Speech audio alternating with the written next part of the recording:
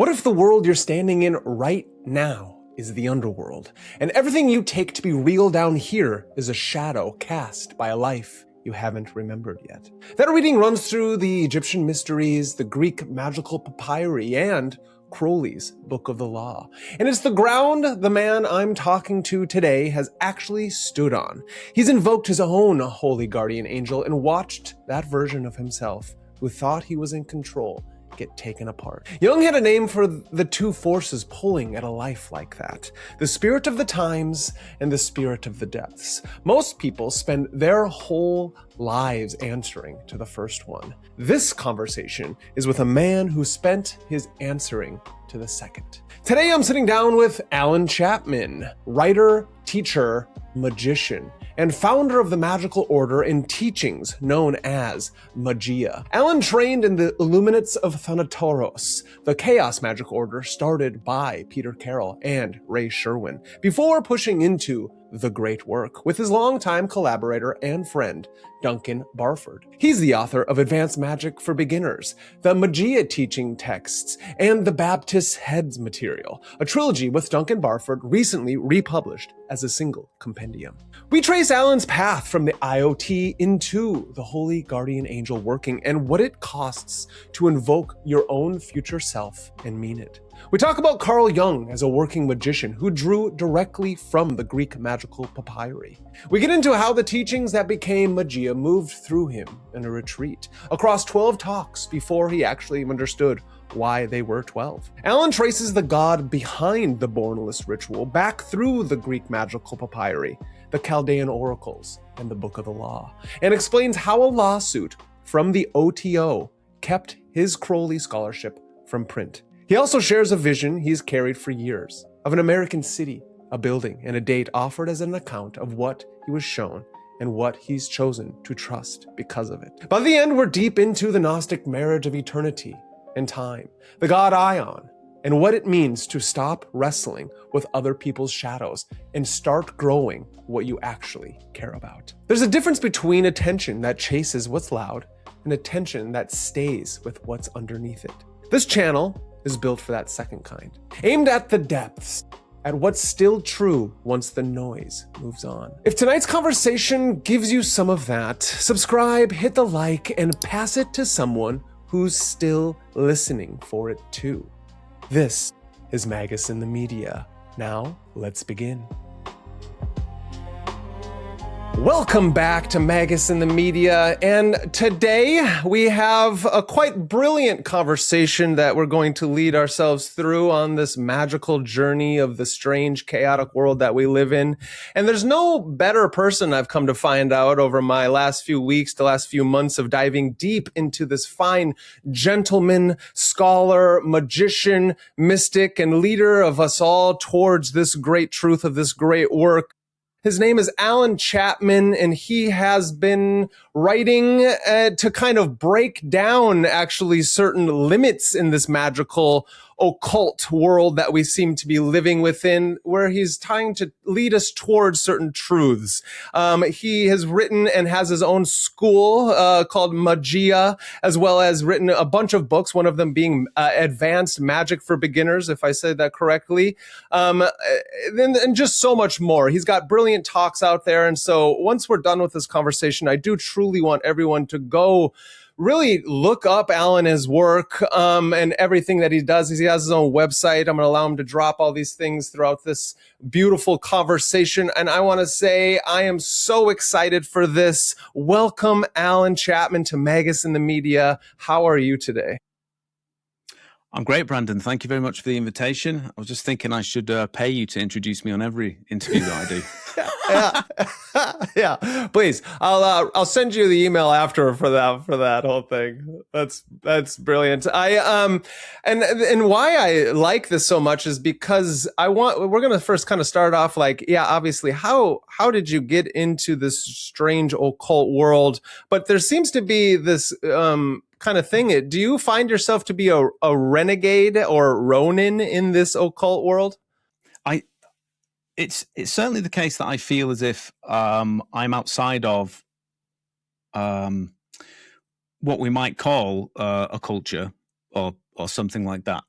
And I think I've always been like that. Like my background during my 20s, I was a member of the Illuminates of Thanateros, the Chaos Magic Order started by Peter Carroll and Ray Sherwin and so on. And there I met my friend Duncan Barford, and we took Crowley's instructions seriously, and we were aimed at the great works. From the get-go, we're already doing something that doesn't sit that well within the chaos magic milieu, let alone the wider, occult scene, if we can put it that way.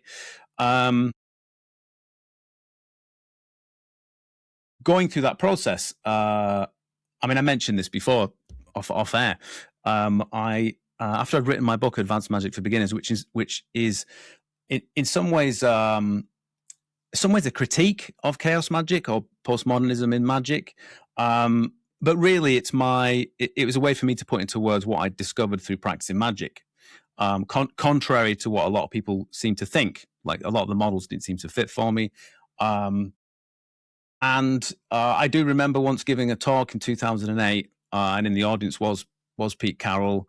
For him, it was a done deal that what I'm referring to as the great work, awakening, self-realization with a capital S, non-dual realization, all these different terms we have for it, which is the, how can I put this, the direct realization or experience or encounter with who and what we really are.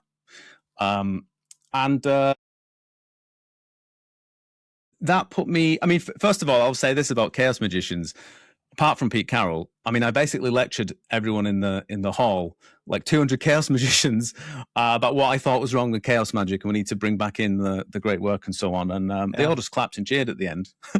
That's hilarious. Yeah, but it changed nothing. Like they were just, the chaos magicians, at least then anyway, and certainly in that order, that bunch, they were just very open and eclectic, and having a great time. But yes, for Pete Carroll, it was a done deal, and so that was the end of the story for him. So I'm not quite sure. I don't think chaos magicians really knew what to do with the work that we'd done, what that was really about. We had some comparative relationships with teachers in Buddhism and the pragmatic Dharma movement. So that was going on, but we didn't really fit in there either, because we're coming from a magical perspective. And I just mentioned all these terms like self-realization and so on. In circles where that stuff is already accepted as a reality, where there's research going on in terms of like what happens with the brain when we have these kinds of experiences and that kind of a thing, magic doesn't fit in there. It's the thing that has been expunged from the traditions as they've been imported from the East into the West. So in Theravada Buddhism, you have like two kinds of meditation practice. You go into the Thai forest tradition or whatever, they've got 32 different practices involving chakras and magical rituals and all kinds of stuff. So we didn't really fit in there. And then when I had concluded the work with the Baptist head, let's say, and I'd come to a significant turning point in terms of my own spiritual experience, which I did in India with a guru called Arunachala Ramana, who I met there when I was traveling. My preoccupation with magic dropped away, and then I've spent since 2009, it's 17 years now, I think, just teaching, so guiding people through the same process. And so for most part of that, I wasn't involved with what's going on with the occult scene. It's probably better that way. Yeah, I knew that some stuff was going on. Like there was, so the fashions were changing, so moving on from like chaos magic to grimoire stuff and that kind of a thing. And now it's animism or something like that. So magic then came back into my life. It never really left, but it sort of came back in a big way, which we might discuss later on and get into the details. And I produced a text called Magia. And this was like the culmination of my teaching work, but it didn't come from me. And I've been teaching that ever since. And part of that involved forming a magical order to pass on the teachings or the practices per se. It's about the practice. And then I was led to come back into occulture, right? I have to use that term, aren't I? I didn't really want to do that. I didn't want to attract occultists. I didn't want to attract what can I say, eyeballs from from that wider community, the thing that's going on, because that's not really, well, at least I didn't think that's what I needed to do. However, on the contrary, I was made to go, let's put it that way, to like the Occult conference, to speak there, to form the order in the way that I did, that would attract a certain amount of attention in a certain way, so certain work could be done. It led me to doing this work on Aleister Crowley, which I mean, that's a whole story in itself, isn't it? What happened there? It's since led me to Robert Anton Wilson, doing a little bit of stuff with Robert Anton Wilson. Nice. Yes. So I mean, my colleague Duncan Barford, we sort of after the period where I was sort of in the teaching wilderness, we reconnected, and we've had this podcast series. We did Warp FM, 10 episodes of that, and then we've been doing this podcast series called Passport Through Hades, where we talk about our work on Crowley.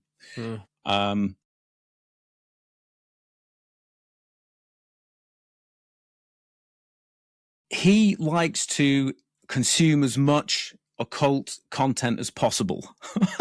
Whereas I'm the complete opposite. So most of my stuff I hear secondhand through him. That's good. We all need that. What's going on? And then I have, what can I say? If I was to, if you would indulge me and I could speak in Jungian terms. Please. Yeah. I mean, there's this concept of the spirit of the times, right, versus the spirit of the depths, the voice of the depths. I've only been concerned with the voice of the depths, and it moves in a different way to the spirit of the times. So these fashions that we see moving through occultism, I mean, this is, and don't get me wrong, it's supposed to be there, but it means that my concerns tend to be the opposite. So if there's a question of like what should be happening in occultism, like what should we do about it, or how should we approach things, for me that question is still coming from us. Like, we're the ones that are going to do it. We're the ones who, it's a project that we can take responsibility for, and we're going to make it happen, right? With all of its failures as well, For me, it's my eyes are on something else, and I'm following that. And so as far as I'm concerned, that's a greater wisdom. And I don't always agree. My preferences don't always line up with where that's going to lead me. And sometimes it's completely pitch black, and every voice of this world is saying, appearances don't go in that direction, right? There's not even you can't even rationalize a good outcome from it. But I'm not wise enough to know what's on the other side. I'm going to follow the thread where it's going to go, and lo and behold, it turns out in a way that it turns out to be more miraculous than I'm capable of imagining in terms of what the outcome might be. That's interesting. It's almost like the voice that's trying to stop you from going that way is the one that is latched on to the same scene that's trying to hold you back from venturing into the unknown. I think it's almost like the people who are in the occult scene are afraid to venture into. It's almost like you're becoming your own Keyswatch Heterock. You know what I mean? With the Paul Muad'Dib thing, it's like you're venturing in Dune. That's my Dune reference. You're venturing into this unknown land where most people can't go. And like part of you is trying to help you from not losing this thread, but it actually is maybe getting you deeper into the thread that you're actually looking for, if that makes sense. Well, I mean, this is a Jungian insight. He well noted that that which we tend to be terrified of, if we make a great show of being concerned with the details of the subject in question, it can give the illusion of being in control of it, so that you can keep the reality that it's describing as far away from yourself as possible. And that's true in many different, circles. The irony, of course, is that what passes for Jungianism and what most people think Jungian psychology is today, right, is precisely that. It's precisely that. It's using Jung to keep the reality of Jung as far away from yourself as possible. It's true. It's almost like adding on identifiers instead of taking away. Yes. So I mean, just when it comes to Carl Jung, I mean, he was a practicing magician. He was taking magic straight out of the Greek magical papyri. Yeah. His experience of Philemon was terrifying because he was an objective being, right, with a life of its own, and so on. Anyway, he was doing something that isn't transmitted these days with any kind of coherence with the word psychology. That makes a lot of sense. No, I completely agree with that. So then it's also, I'd say it becomes a psychological phenomena that's not, it's almost not real then. Instead of actually Philemon was, like you said, a real being that he was experiencing in these ultra state of consciousness. Yes, for sure. I mean, here's the thing. It's like this happens with Jungian stuff all the time. Everything is just, like, it's just an archetype. Right. So if you're going to work with gods or spirits or whatever, they're just archetypes. I mean, it shows. I mean, that means that people don't understand what an archetype is. Preschool. I mean, you could be, manifesting an archetype right now.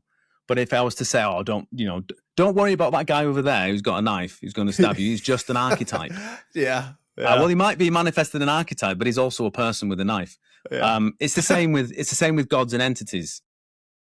Yeah, they might conform to an archetype, but it's also a god. If that makes sense, So Philemon does conform to an archetype. He's the archetype of the wise old man, but he's also a real objective being. Yeah, and I think that there can be. I mean, the tragedy with this is that, first of all, people don't understand what Jung is saying, but people who are concerned with the reality that Jung was actually contending with, those people, most of all, might end up turning away from him because they think he is just talking about, just archetypes. Yeah. If that makes sense. I mean, for me personally, I never went near Carl Jung, even when the Red Book came out. And it's because I felt as if his work, or rather, whenever I'd encountered someone talking about it, magicians and so on, and people got very excited when the Red Book came out, it felt as if it was a way to try and dismiss a reality I already knew to be true, and I'm not interested in people doing that. I mean, it's a waste of my time. Little did I know, the reality under the surface, and of course, it's with the work of Peter Kingsley, with the publications of his book Catafalque in 2018. That here's the real Jung, here's the real Carl Jung, and yes, I'll stop going on there about Carl Jung. But I think it's really important. I think it's really important, especially in this day and age, because it goes back to like my problem with the modern occulture scene and occultism itself is that everything becomes either so psychological that there has no reality, or it's so material that people are only worried about their small little like cloak and dagger D&D, how to look like a magician, but not really go through the alchemical process that it takes to become a better person. And so, what I feel like is needed is the reality of the situation, that there are the unconscious mind is actually a realm in and of itself that you are walking through, and it has just as much reality as this world that we walk through here. And then it's how do you take that stuff from your inner temple into the actual initiatory scene of the world itself, if that makes sense. And how important the magical process is to actually bring it to your life. I mean, one of the things to note is that, on the one hand, if you psychologize magic, there can be, and it's a bit of a cliche. It's they're not dealing with real magic, right? They're not going to come into contact with the reality that we're talking about. But there's a flip side to this, which I have seen many times, which is just because you psychologize something, it doesn't mean the reality isn't there. And I've seen people who practice ritual that I've taken part in, where they clearly don't believe that what they're interacting with is real, right? But the consequences are. Yes. And I've seen it play out. I've seen people do the craziest things. And I've seen it play out, and all the while there's like this strange unconsciousness about about the detriment, that's playing out around them as a result of their actions. And I've seen many occult casualties as a result of this. So there's there's two things. It's if you psychologize it, yes, maybe you do keep the reality further away from yourself than maybe you would, and maybe you're doing that for a reason. Yeah. Okay. But the flip side is well, like you're engaging with something that if you do it in a foolish way, if you do it asleep, there are terrible consequences to that. And unfortunately, there tends to be this fetishizing of edgy aesthetics. Yeah. So what's the first thing people go for? I know, I'll work with a demon. Oh, yeah, instantly. Yeah, and I'll stick my head in the triangle so I can get a better view into the mirror. Yeah, it's so ridiculous. Yeah. Yeah, no, it's fascinating because the same people then can't keep their own demons away, as in their fucking mouth to hand on the food they eat. You know what I mean? It's like you're going to invoke a demon for one of your first practices into a triangle, but yet you still can't control your lust demon on the internet at night. You can't control your food demon that's keeping you not maybe being in the best of health that you have. You can't control the mind demon, and you're ingesting a bunch of fucking nonsense from the internet and social media, and yet you still think then, without doing the initial practices of training the will, disciplining the mind, having a good ethical moral structure, and then maybe trying some of these practices that are understanding the psycho-demonic, invoking the Goetia or any of these kind of things that I kind of find slightly ridiculous, only because, not that you shouldn't do it, but only ridiculous because of what I just said. If the Platonic idea of keeping your lower desires in their place, not that they shouldn't be there, but we have to make sure that we have enough courage to be able to smite them, and enough rationale and reason to know when they should just dissipate. If that makes sense. Yeah, well, I mean, just on a purely practical level, if you're going to work with demons or underworld spirits, unruly wild spirits, if you're going to work with these things, and in the Greek magical tradition, this was actually true for any god that you work with. You put everything in a triangle. It wasn't just demons; it was everything. Oh, yeah, You'd put Zeus in there if you were going to work with Zeus, right? Yeah. Yeah. Well, there's a reason for that, and it's the reason why you can command the spirits is because you understand who and what you actually are, right? So you the bit where you're supposed to contact God first, right, or pray to God first before commanding the demons. What this is really a reference to is the fact that it goes back to the Egyptian stuff, but who and what you really are is something beyond this domain, which is why it's possible for you to command these spirits. And that's the God man, right? You are the God man. Right. No, of course, no one does any of that stuff in the first place. I've never seen anyone work with a demon where they've controlled the demon, ever. I've seen people who think they're controlling it. I've seen, and almost immediately your life is going to take a nosedive. Oh, yeah. The demon will engineer situations where you need to work with the demon more, right? And it leads you in this direction that is extraordinarily. It's a bad place to be. It's a bad place to be. So I would actually say to people, don't work with demons. Agree. Don't bother. I mean, if there's some virtue to it, it would be they make the best stories. Yeah, right. Yeah, Mephistopheles and Faust, right, and yeah. That's easy to say, though, if you're not the casualty. Yeah. And I've seen casualties, and it's not pleasant. It's not good. Yeah, that's not good at all. No, I agree. That's very interesting. So then, to go back a little bit, I want to know, what were your first tryouts into? Like, for myself, there were certain books, fantasy, science fiction, comic books, things I read in my youth. My mom gave me certain books that really helped build my imagination. Or I used to play with. I was born in the mid '80s, and so early '90s, I was playing with, Teenage Mutant Ninja Turtles and Batman and all these different things, creating scenes, kind of play acting my own demiurge, as we all kind of do, so to speak.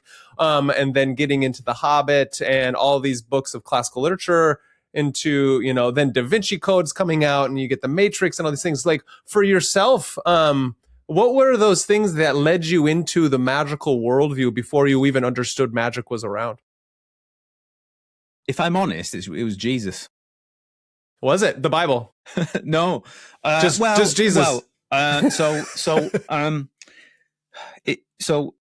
it's where does one start these things? But I really have to start it there, I think. I remember when let's say I'm 6 or something like that, and I'm just becoming conscious of things. And I went to a Church of England school, and I had a headmaster who was, he would get very red-faced. He actually died of a heart attack. I'm not surprised. He used to get very red-faced and animated about, instilling Christianity, particularly into the boys. I grew up in a poor area, and it was pretty rough.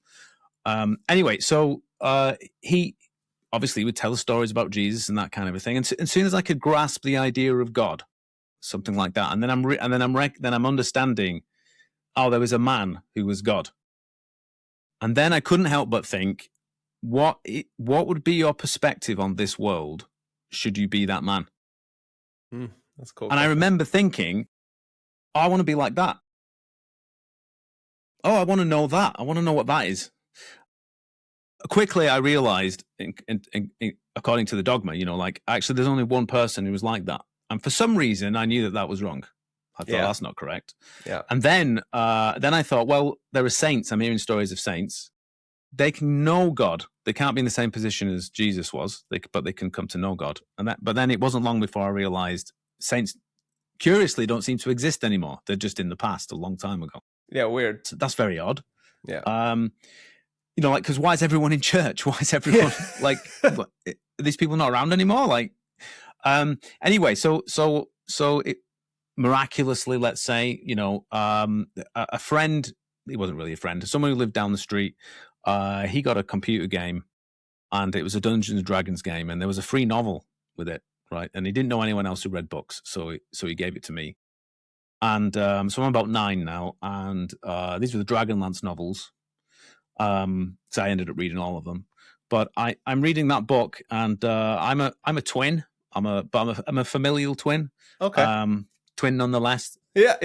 It's like being a twin without being a twin, which is a funny dynamic. So there are these twins in there, and one of them is a magician. And I'm reading the story, and I'm thinking, a magician sounds like a saint. Sounds like Jesus. Like there's something similar here. Like, what's the difference? I don't. What's the difference here? And I'm reading the story, and I very much identified with the hero, with the magician.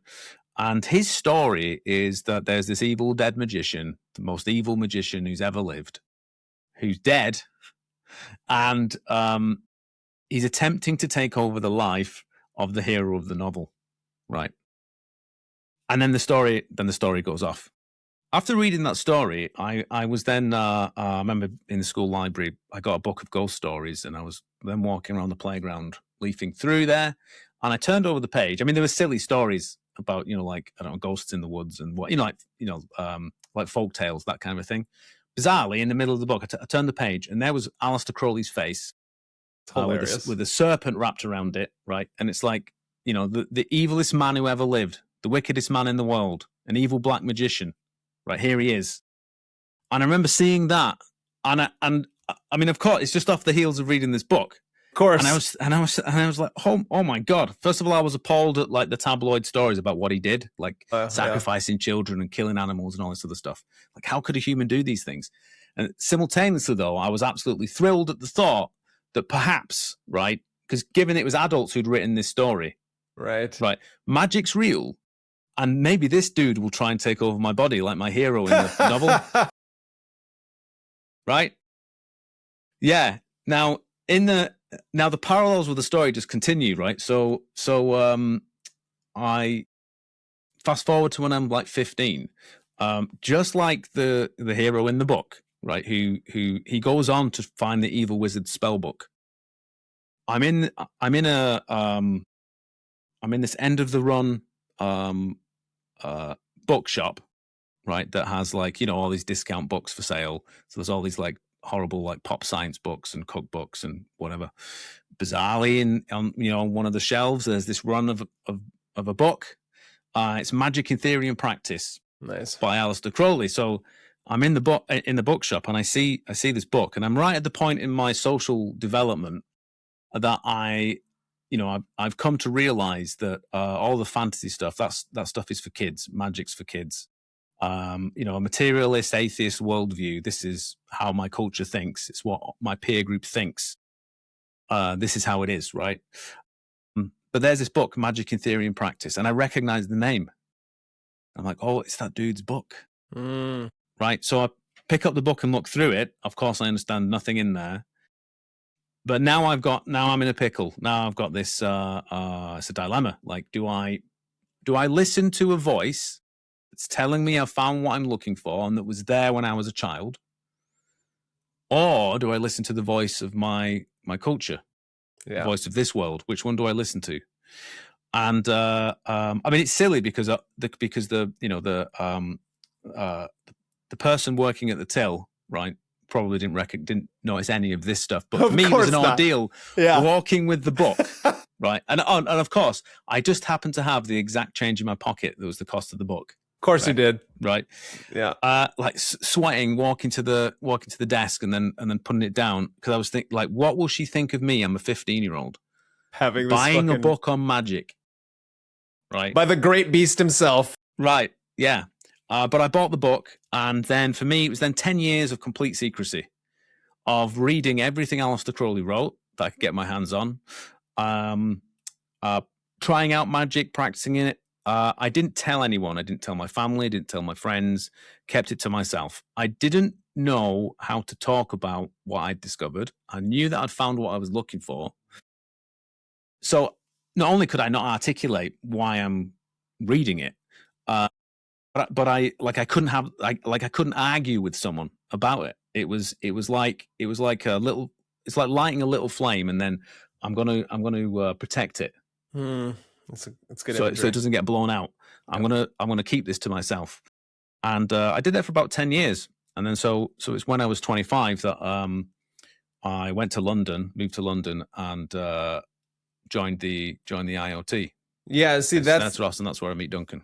That's perfect, and that gets me into. So, what year was that when you joined the Thanateros, the Chaos? IoT. That was in 2005.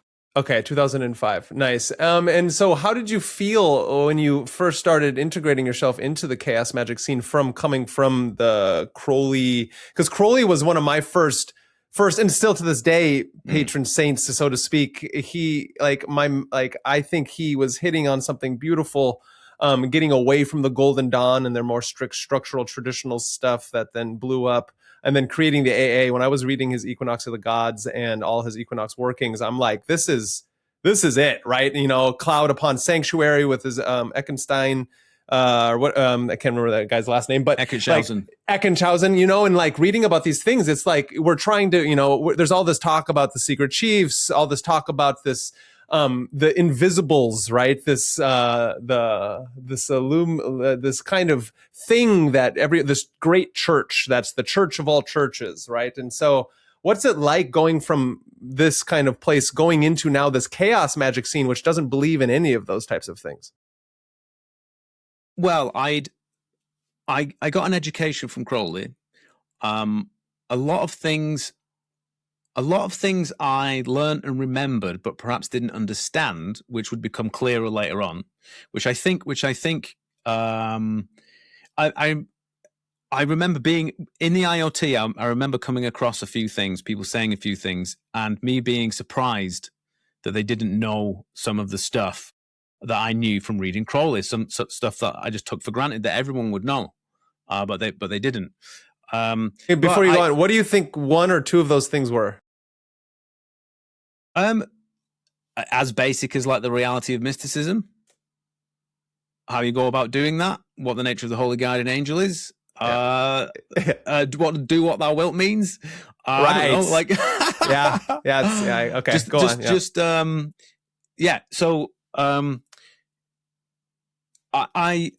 So I'd had that education. And I'd done some practices and so on. But I mean, that was awful. I'm like 17, 18, you know, like making really pompous and like, you know, like oaths about like how I'm really going to do the work. I'm going to practice every day and do, you know, witness mine hand, you know, signing it in my journal and whatever and that kind of a thing. And then, you know, smoking some weed and doing nothing. Anyway, I put together some magical working stuff, like techniques from what Crowley had written. I did a ritual to find a more efficient or more accessible approach to magic, and then I discovered Liber Null by Peter Carroll. Makes sense. Right? That makes a lot of sense. Yeah. So that now I'm getting into this stuff, and Ossim Spare and so on. So by the time I got to the IoT, I mean, the reason I applied is because now I'm exploring all this chaos magic stuff. It's the sigil method, creating servitors, this kind of a thing. It's more accessible, and I can just be getting on with it.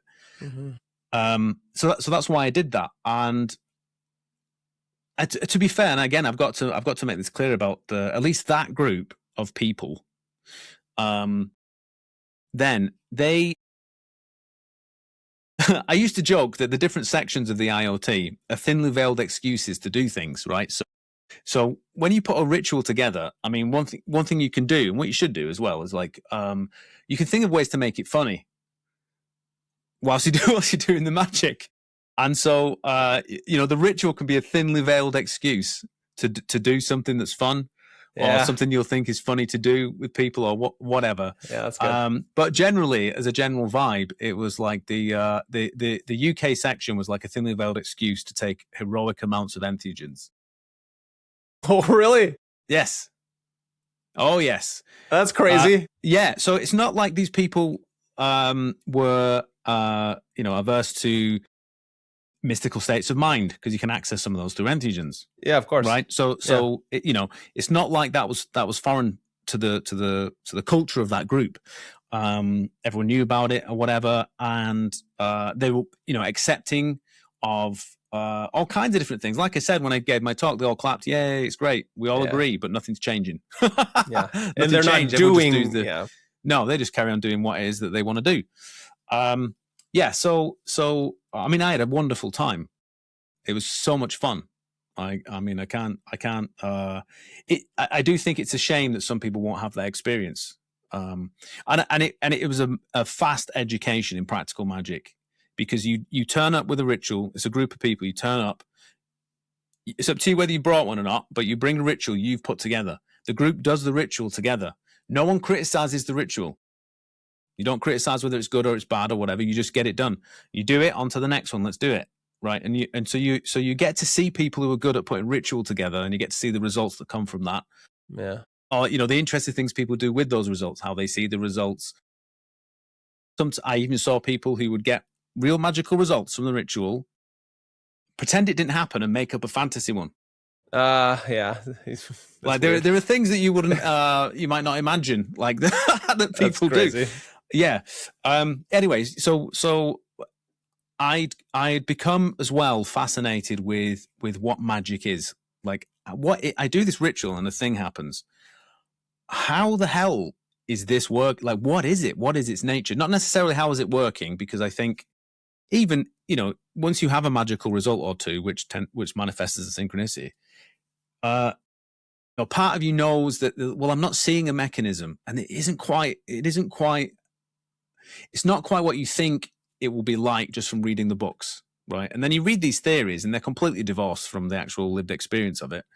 But maybe it's in this, in the background that I don't know, maybe there's some kind of quantum mechanism at work, or I don't know, whatever. Yeah. But I was fascinated by it. Like, what is this? And how do you get more of it? How do you get more of it, right? Because and my framing was completely in terms of, you could think of it as acquiring magical power. Maybe I'd gone a bit black magician myself. I always knew that there was this thing that was, the great work. It wasn't like I thought that wasn't a thing, but it was, what is this? And I'm like, what's possible with it? Where does it go? And my approach to the Holy Guardian Angel working, which my mentor in the IoT suggested doing it, but I was always going to do it. I always thought that's what you should do. I thought that's what magicians did. Yeah. Anyway, I completely framed it in the terms of invoking my future magical self. I thought, right, if I can do this stuff now, what will I be like in like 30 years, 40 years, 50 years? Right. What if I could have that level of competence now? Right. Right. Yeah. So I'm going to short circuit, and I'm going to invoke that. Little did I know that would be the complete destruction of my pretense of being a all-powerful practical magician. Yeah, too much, too soon, too fast. Just the contact with that reality, which is if you're going to invoke the Holy Guardian Angel and you do it in the way Crowley did it, or you do it in the way Robert Anton Wilson did it. I mean, this is me reaching the point where I want the most power. Let's put it that way. So that means you're going to end up pointing upwards to the highest thing.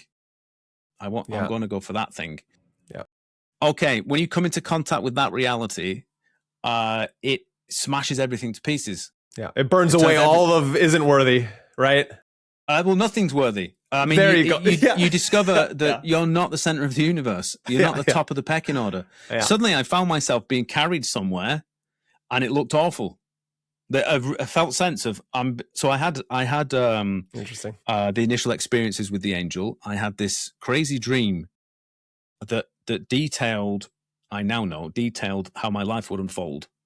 It had everything that I'm doing now. It had all of that in the dream, and I didn't know this at the time. I had this dream, and I'm like, what the hell was that? Because being a chaos magician, I thought this.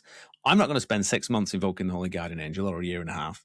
Why can't I short circuit the process again? Like, yeah, let's have it now. Why am I waiting? Oh man. Anyway, so I used sigils, and then I thought, well, magical results can only manifest if there's an available means of manifestation. Right. So, okay. So I did a couple of invocations, and I thought this is taking too long. Right, so this is taking too long. Yeah, so I know I'll have contact with my angel in a dream. I'll ask for that directly, which I did, and then it happened. I think it was only like 3 goes, and then it's like, look, contact with my angel. Wow. But then things took off. So the felt sense of being carried somewhere, like the direction you are now going in is not of your making. You're going somewhere. And it looks bad. When I say it looks bad, I mean it's moving into something that looks. Things are starting to go weird. Things are starting to go. First of all, things go weird in the sense that all kinds of crazy things happen.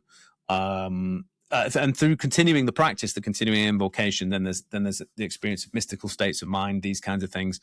But then things start to dry up. Things start to get challenging.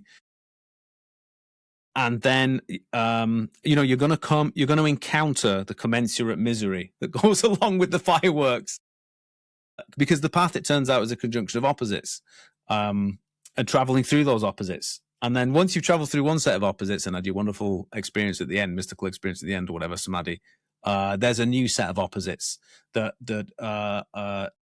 more challenging, but also more profound. And it continues like this. Anyway, what can I say? Then I'm on a journey that isn't. I'm not in charge anymore. I am not the pretense of being the postmodern magician that can manipulate reality, to his own ends. Yeah. Right. I'm suddenly realizing, wow, I don't even have the wisdom to know what to ask for when it comes to a ritual. I don't even know what is good for me. Yeah. I have no idea. I've not known. And then it turns out, what have I been doing then when I've been doing all these group magical workings, and what magicians up to? It seems like what they're up to is the magic just happens to be a particular gloss or a means for perpetuating the same problems, right, that you already have. It's just another format for doing that same thing and repeating it, enabling it. And then if you mix it in with naivety or ignorance, particularly when it comes to working with entities like demons and so on, this is a nosedive into the ground. Yeah, and not actually building yourself up into the higher man or woman that technically. I mean, the thing that I would say is that because I sometimes want to make sure I get this across, which is when you reach the point where you're now being led by something else that's deeply personal, knows you better than you know yourself, and you are participating in the same nature as that being, right? It gets consummated as a marriage. That's what samadhi is, or mystical experience. When that happens, yes, you're not you you're not doing workings that are for specific results, like I'll get this job that I'm applying for, or, whatever. But you get magical results of that nature that are practical, you might say, that fulfill you in a way that, just as I mentioned, fulfill you in a way you weren't wise enough to even ask for. Yeah. Because you don't know yourself that well enough. So you get that it's real magic, but it's magic of a different level. It's magic of a different level. But you get those things precisely because your concern is no longer with them. Your eyes are on something else, which means on the one hand, you might say, I'm the magician working with the angel and I'm being guided by the angel. But from now on, nothing is yours. From now on, nothing is yours. And it's a big ask to, if you recognize you're being led somewhere and the place you're being led to is if you want the highest, you're going to have to hand over everything that so far you've taken to mean power. If we're coming at it from that angle, or what you think is wisdom, what wisdom is, or what your insight is, or your understanding, or your learning, or any of these things, it's like that stuff's going to be taken away. Yeah. That's going away. Yeah. Many people, and there's many examples of them, and they're all over the place. Once they notice they're going in that direction, they turn about face. It's like, I'm not going in that direction anymore. Forget that. I'm going to sit on my little hill and I ain't going anywhere. Now that's a bad move. It's a bad mistake. And by the way, I know I'm talking about this in terms of magic and the Holy Guardian Angel, but you have a similar dynamic in other traditions. So I know Buddhist authors who've done a similar thing. They've done a similar thing. They get a sniff of, or some, a little bit of an encounter with a mystical experience, and it's an about face. I'm going in the other direction. And you know what? The Buddha didn't teach awakening. He was just a proto-secularist. Right. And so on. Yes. The unfortunate thing there is that these people, these failed mystics, and they're everywhere. These failed mystics, they continue, however, to speak as if they have the authority to represent, either the teacher in question or the teaching. So unfortunately, they mislead people. Oh, yeah. So if you want to go and learn Buddhism, and you've got some guy who's like, this is really what the Buddha taught, and he represents a Buddhist lineage, but it's a complete about face. It's just rationalism. It's just proto-secular. It's just humanism. That's all it is. So we should try and live according to this code, and be better people, and that's it. Unfortunately, that's all over the place. A failed mystic is detectable by their either because they've never had a mystical experience, or because they've been terrified by it. They give themselves away by how rabid they are when they come to denying such a thing. Mm-hmm. Right, they have to make a big. It's very important that you make sure that no one takes that stuff seriously, and that if anyone does talk about it, they must be insane, or right, and this is always the implication, they're out to get you in some way. They're going to take advantage of you in some way. That's the only reason they could possibly be talking about it. Yeah, that makes a lot of sense. No, that makes a lot of sense. And it's interesting. So when you were talking about that, it's almost like what Crowley was talking about, where we shouldn't lust after results, even though like it's like we shouldn't give, do your rituals but don't have them be where it's like they have to have and mean certain things, because you don't actually know what you actually need. Because if you haven't truly connected to that holy guardian angel, that higher being who's actually helping control these. So it's almost like it's a level of egotism where we just can't like let go of control enough to allow the higher to help guide us on a pathway that'll lead us to technically what I think everyone's trying to get to, even if it scares the shit out of them. I mean, I would say that but the key dynamic is, saying yes to an invitation. That's really what it is. Each of us are invited by what it is that we carry around inside ourselves to accept an inheritance from somewhere else that is a different nature. It's a different nature to this world of appearance, and we do it here in this world, right? And it's key to that happening in this world. It's the mixing of these, what we might say, two worlds that is responsible for creation. It's what's happening right now. The question is, to what extent do we make it conscious? And it's an invitation. You can say yes to that invitation, and you can turn it down at any point. Yeah. So I'm saying that just because you can describe it as giving up control, but really, when we see people who won't give up control, that's a refusal of an invitation. Yeah, I like that's better. That's more of a positive spin. It's the call to adventure and denial of the call to adventure, almost into the Campbell mythological way. It's following the adventure a certain way and then be like, I'm not going, because the problem is that the promise that's made by that invitation, we encounter it first as a shadow, which means it's the opposite image of what it actually is.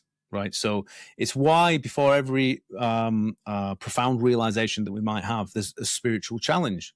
It's the shadow of what you're about to encounter.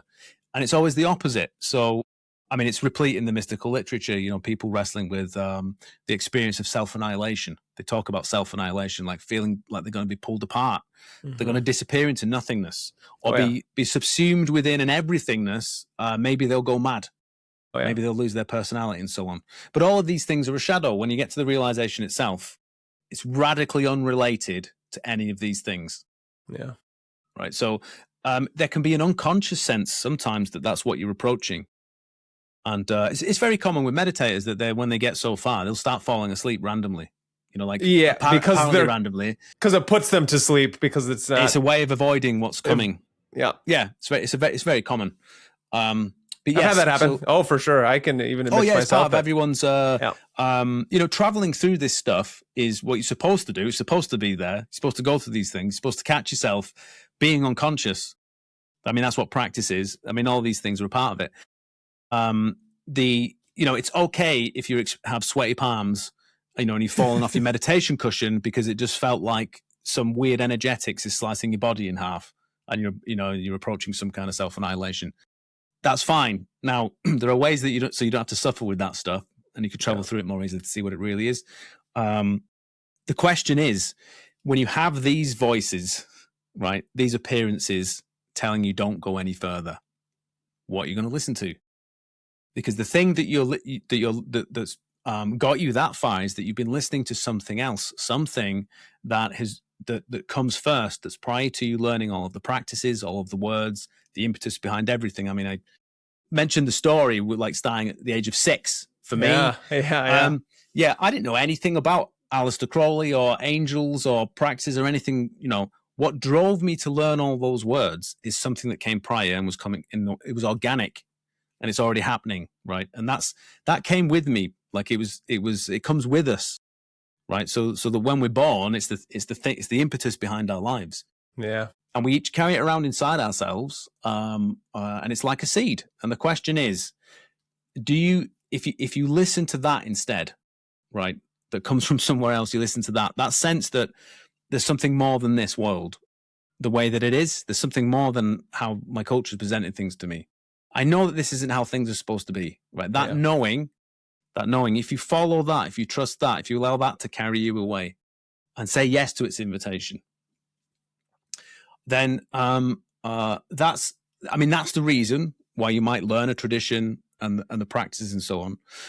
But it's that will carry you through any of the spiritual challenges, right? But it's almost as if appearances will ramp up the dissuasion the closer you get to realization. Now, I just want to say, when I'm talking about realization, I am not talking about an intellectual understanding. No. What I'm talking about when I say realization is the invasion of eternity into time. Right? I like that. Yes. The knowing is the nature that I've just been talking about, realized, and it's realized here. So it's embodied. It's a presence in the world. Very important. And yes, it's a living wisdom. Yes. There's an old phrase for this, back in the days of Empedocles and Parmenides and so on. Yeah, I was just going to bring them up, how that's very much like what they were talking about. Yes, and it was the idea that the magician carries around his God inside himself, right? And this is what a realized person is, or it's what a teacher should be. That there's this living reality that's been realized, and and it is realized here. And it sounds, what can I say, impossible that a nature that's the opposite to time, right, is manifest here.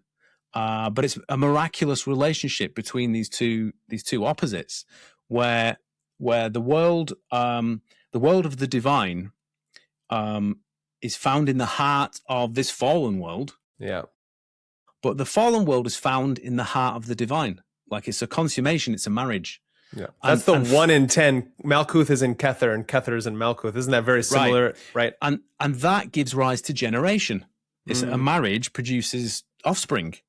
This is what it is. It's I mean, often you'll see with some traditions where they'll talk about this duality, like two worlds or whatever. Yeah. And there's this unfortunate misreading, most of it due to academia and poor understanding of what the Gnostics were. Let's put it that way, right? But there tends to be this weird or unfortunate reading of dualism where people think, we'll say there's something wrong with this world. They want to contact another world. It's like life denying or something like this. But if one pays attention, one can always, and you see this with the Gnostics, they don't stop with a duality. They don't stop there. Like they spell out two extremes. They spell out two extremes, but then what's the relationship? They're in love with each other. One is found in the heart of the other. And by the way, it takes the divine to hold this world. And by world, I mean time or existence or the conditional world, that promises you death, promises everything death, that place. Only the divine can hold that in its heart as its beloved. Humans can't do it. If this world was a building, right, you'd condemn it. You wouldn't let your children inside. Because if you go in there, you're going to die. Yeah, right. You can't help but to die. Yeah. Yes. Now, I'm saying world, but really, again, like creation is a better word for our lived experience. It's a mixture of two different things together. Yeah. These two extremes together. There's a miraculous marriage or consummation, and that's what creation is. And this invitation is an invitation to participate in that process in a way that makes you commensurate with the divine origin of the first day of creation, God. Yeah. Right? Because here's the thing, right? So if I'm going to talk about eternity or the world of the divine, that lacks nothing, it doesn't lack anything, right? What would be the point of creation? Why would that be the case? Well, if what we need is the illusion that world doesn't exist, which is what the world of appearance is, which is why everyone thinks it doesn't exist. Right. Right.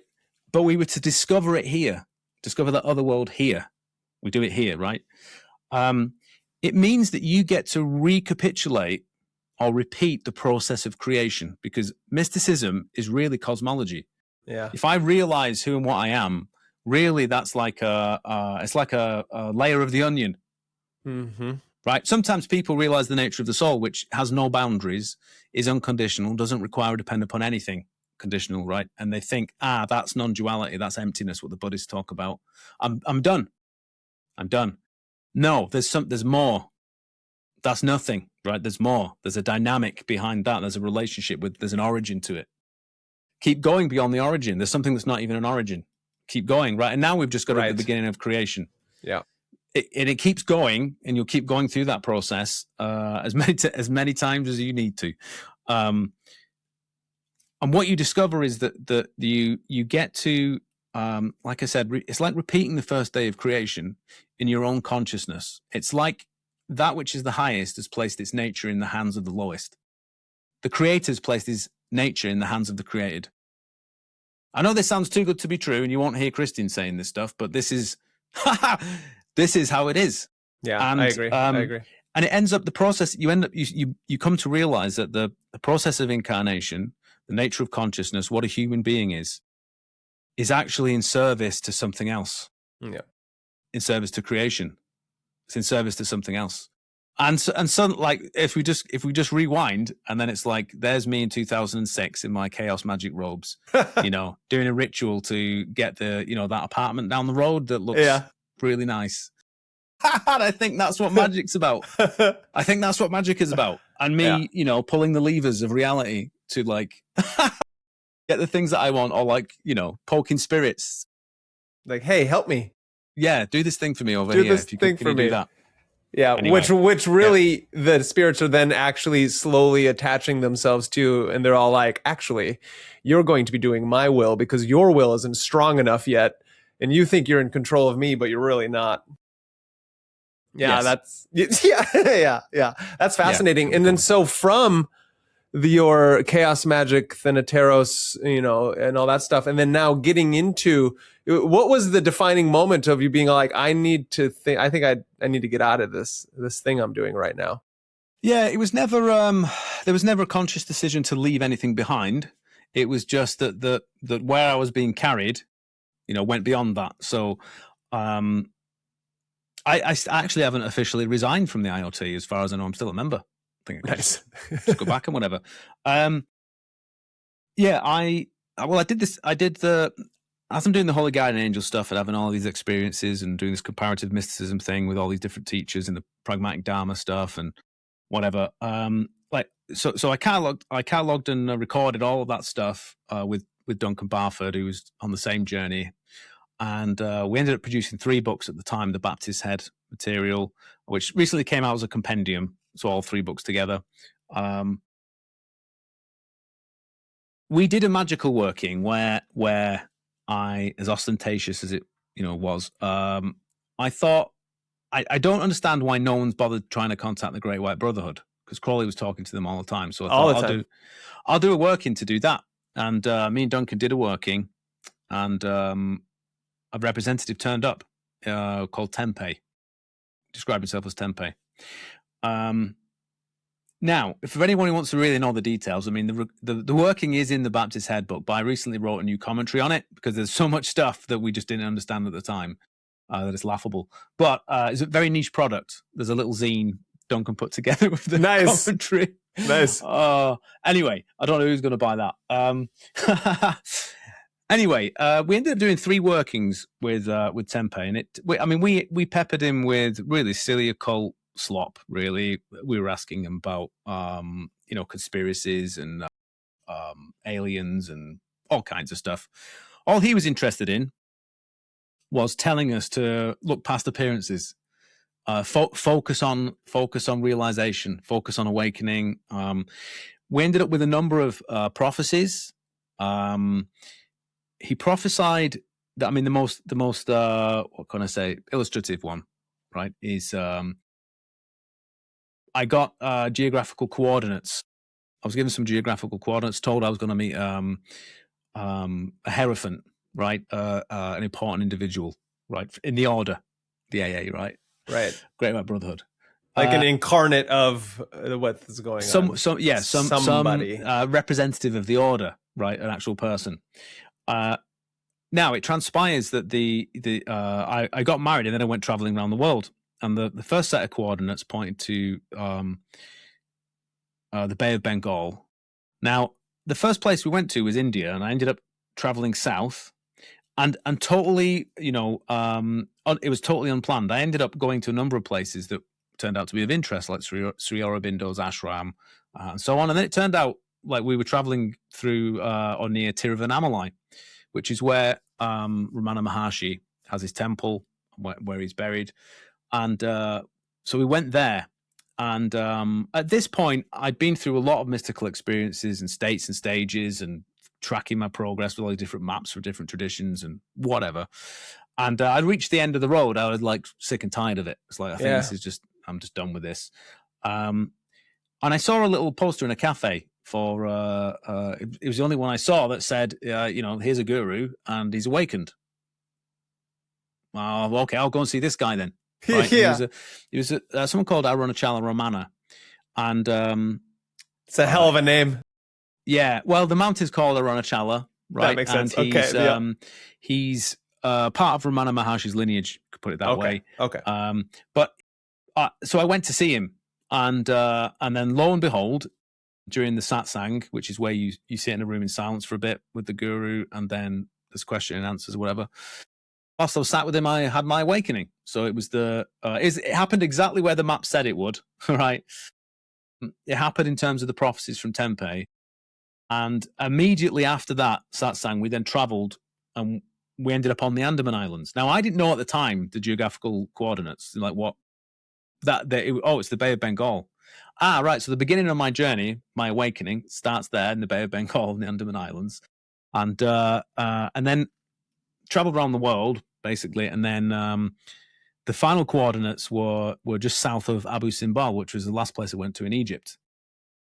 Right. So and this was I don't know if it was a year before I went traveling. I thought I was going in the opposite direction as well. Right. Before, anyway, all of this had happened, and then as a result of the Baptist Head work, someone who was a long-time Zen practitioner said to me, "Oh, could you guide me through the same process that you went through that's described in the Baptist Head books?" So I was okay, and I did. And then it just went from there, word of mouth, and then I start teaching people. But it's at that point that the way of thinking about things in terms of magic, it just fell away. And my concern was like, it was like with the magic thing. But now I'm rephrasing it like, what is awakening? Like, what is this thing? Because there are for people unfamiliar with the literature and stuff and the culture surrounding it. I'll keep it brief, but there are all kinds of strange things that people say, like you have an awakening. First of all, if you say you've had an awakening, you haven't, because there's no one there to have the awakening. And I'm hearing this from someone who's had an awakening. And the only reason I'm listening to them is because they've had an awakening. Why else would I listen to them? Yeah. Well, why haven't they disappeared? Right. Why haven't they disappeared? Or conversely, if you do all these practices, then you have an awakening. Well, the qualification of the realization is everything that you did leading up to it is radically unrelated to the nature that's being realized directly. It's like a peeling away from, and that's how I experienced it, like a peeling away from all the mystical experiences that I'd had, all the practices, all the states and stages, all of that stuff. It was like that's all going away, and as you can see, it's got literally nothing to do with it. It just all fell away. So what's that about? Like, what is this? Like, what? I'm hearing these things from different teachers and so on, and I'm having a hard time. Like, how do you resolve these two problems? Like, this world's just an illusion and there's no one to wake up, versus you do practice and you wake up, best not to talk about what it actually means. What's important is that I can tell you to do the practice and you can wake up. Like, how do we marry these two? Like, what does it mean? Anyway, so I've got all these questions and I'm pondering it. I thought maybe I could talk about it with people online. I started something called Open Enlightenment. That was a silly idea. Yeah. As we discussed before, there's people in traditions, whether it's Jungian, an occultist thing, or non-duality, or Zen.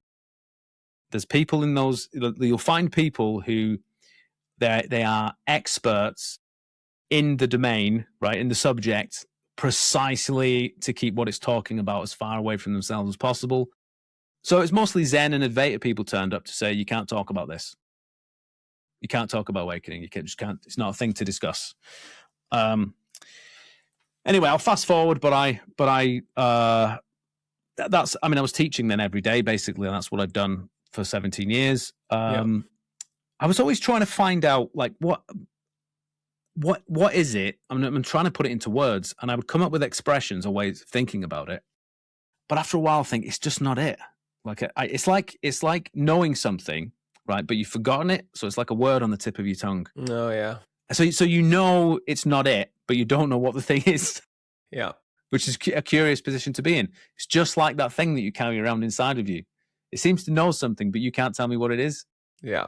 But you'll know it when you find it. Yeah, because you can't directly look at it, but you have to look at it, but it's not going to show itself to you. Well, there's something I could say there about eternity, because it means it's already the case. And then there's something about how the fact that that's already there is because it's already been realized in the future.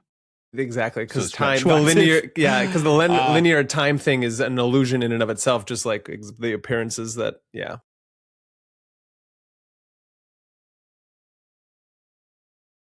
Right. So I'm going through this process, and so I begin to describe things, and I'm like, that's not it. I start to develop some practices and so on, and I'll fast forward, but I tried to do everything in terms of the spirit of the times that I could do to try and make the best version of or presenting of what awakening is to the public. So like I had an interactive gamified learning platform, as one does, because I thought that will be like all these mindfulness apps. This is the, you get badges and so on, and then you can do a practice vow where if you fail the practice vow, you lose all your badges, and you got to get them back again. And people loved it; they went crazy for it. Of course, they do. Yeah. And, gamified learning platform. I had a research program, all of this other stuff, whatever. And I'd reached the point where all this stuff failed. It just started falling apart and so on. And I got to the point where I literally had nothing else left to say. I was done. A bit like before I woke up in India, my awakening in India. I was done. Like, I've got nothing left. I had booked a little retreat in Greece just because I thought it'd be cool to do a retreat in Greece. It was just a little thing. And when I got there, I was happy, more than happy, that if I sat there and had nothing to say, literally said nothing, I'd be okay with that. I had nothing left. Now, round about this time, Tempeh turns up again. So I'm sat in my living room, and in a vision, he just turns up. And then you weren't doing anything. No, wasn't doing anything, no. He turns up, and he reveals that he's the god Aeon. Oh. The god Aeon from the front cover of Carl Jung's book. Carl Jung's book, There's an edition where you've got the lion's face. Yep. Right. Reveals himself to be that god. And before he could communicate more, I was actually right. I need to go and find Duncan. Now, I hadn't seen him for a while, like 10 years or whatever. But I thought, right, I need to get the band back together. Yeah. I'm going to go and speak to the god Aeon. And so I gate crashed a fire casino retreat that Duncan was in the middle of, and we spoke to the god Aeon. And Aeon made a prophecy, and the prophecy was I had a secret that I'd never told anyone. It was a dodecahedron. Right. Yeah. Of course, I'm immediately thinking, as one 12 does, what the hell have I not told anyone? That's a secret. What have I done? So I did some stuff in the IoT, like what did I? Maybe I've forgotten. All your anxieties come out. What is it? Anyway, it turned out. So back to the retreat. I end up on the retreat. Let's just say a number of things happened, and it transpired that I sat on a chair and then started speaking. Apparently, I had stuff to say. Yeah, and I started talking, and then it was a few talks in, and I realized, there's going to be. Because of the way things, the logistics of the thing, it's like I'm going to end up doing 12 talks, 2 a day, right? It's the dodecahedron. 12 talks. And this is the secret that I've never told anyone. Interesting. Which implies, does it not, that I smuggled? It turns out, right, that the 12 teachings. This then becomes a book, right, called Magia. Magia, yeah. So then it's like this is a secret I've never told anyone, which implies that I already knew this stuff. Yep. Which further implies, does it not, that I've smuggled the book into existence? You did. It was discovery. yeah. From your, that's hilarious. So people know that the dodecahedron was the Pythagorean, secret. Like back in those Orphic and Pythagorean days, that was a secret in and of itself. They didn't show people the dodecahedron. It was one of the Platonic solids that was kept until you were at the highest reaches of their school. Just so people understand that it's not just a secret for you. It's in the universal that the dodecahedron is a secret in and of itself. Yeah. Well, it turns out that the teaching, I might describe it as the teaching of the true earth. That might be one way of describing it, which would be represented by a dodecahedron as well. Love that. True earth is, yeah. Yes. Now I had for the entirety of that retreat, I was just in one drama, which was who's speaking? Like, what am I speaking, or is something else speaking? Like, what is speaking? And that resolved by the end of the retreat, so that it just wasn't a question that arose anymore. but it was I was in a different state of consciousness, speaking. The recordings, the audio recordings are available for free on my website. Cool. Yeah, there's some videos, a couple of videos. I should release more, but some of it's a bit tedious because I start talking and then there'll be a long stretch of silence, and then sometimes I'll finish a sentence. Then Very Osho of you. Yeah, yeah, and well, I do have an aversion to people who sit on a chair and talk quietly. You know, share their non-dual secrets or whatever. Yeah, that's a shtick. It is a shtick. That I agree. You know, that's enabled both ways by both the teacher and the crowd. Yeah. They allow it. Permission. Yeah, it's that the guru thing. Yeah. Not that I have anything against teachers, by the way. No, of course not. Yeah. Okay, so I knew after that I had to do something with this teaching. I had to take care of it, and I published the book myself. Then following this same thread. Oh, by the way, my desire to try and find out how to teach or to talk about awakening evaporated when the book came along. It was the end of a process. Yeah. That's over. Thank God that's over. It took like 7 years or whatever. You know, people still haven't forgiven me for deleting some of the stuff that I came up with during that period. Really? Yeah, but I would do it again if it was obvious that like anything that I've done, if I know it's not it, if it turns out it's not it, then it's going. I don't. Yeah. Because I'm more concerned with something else, serving something else than making content. Anyway, so you just deleted from online and deleted from all your Substack, all your workings, you mean?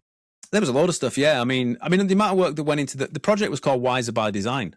You know, with the interactive gamified learning platform, I did like 130 videos. There was I did some documentary video things. There was a lot of stuff. Yeah, and there was stuff before that as well. But it's like, it needs to go. It's good. It's mandala working. You just let it go. You got to erase it. It was all contaminated with the spirit of the times.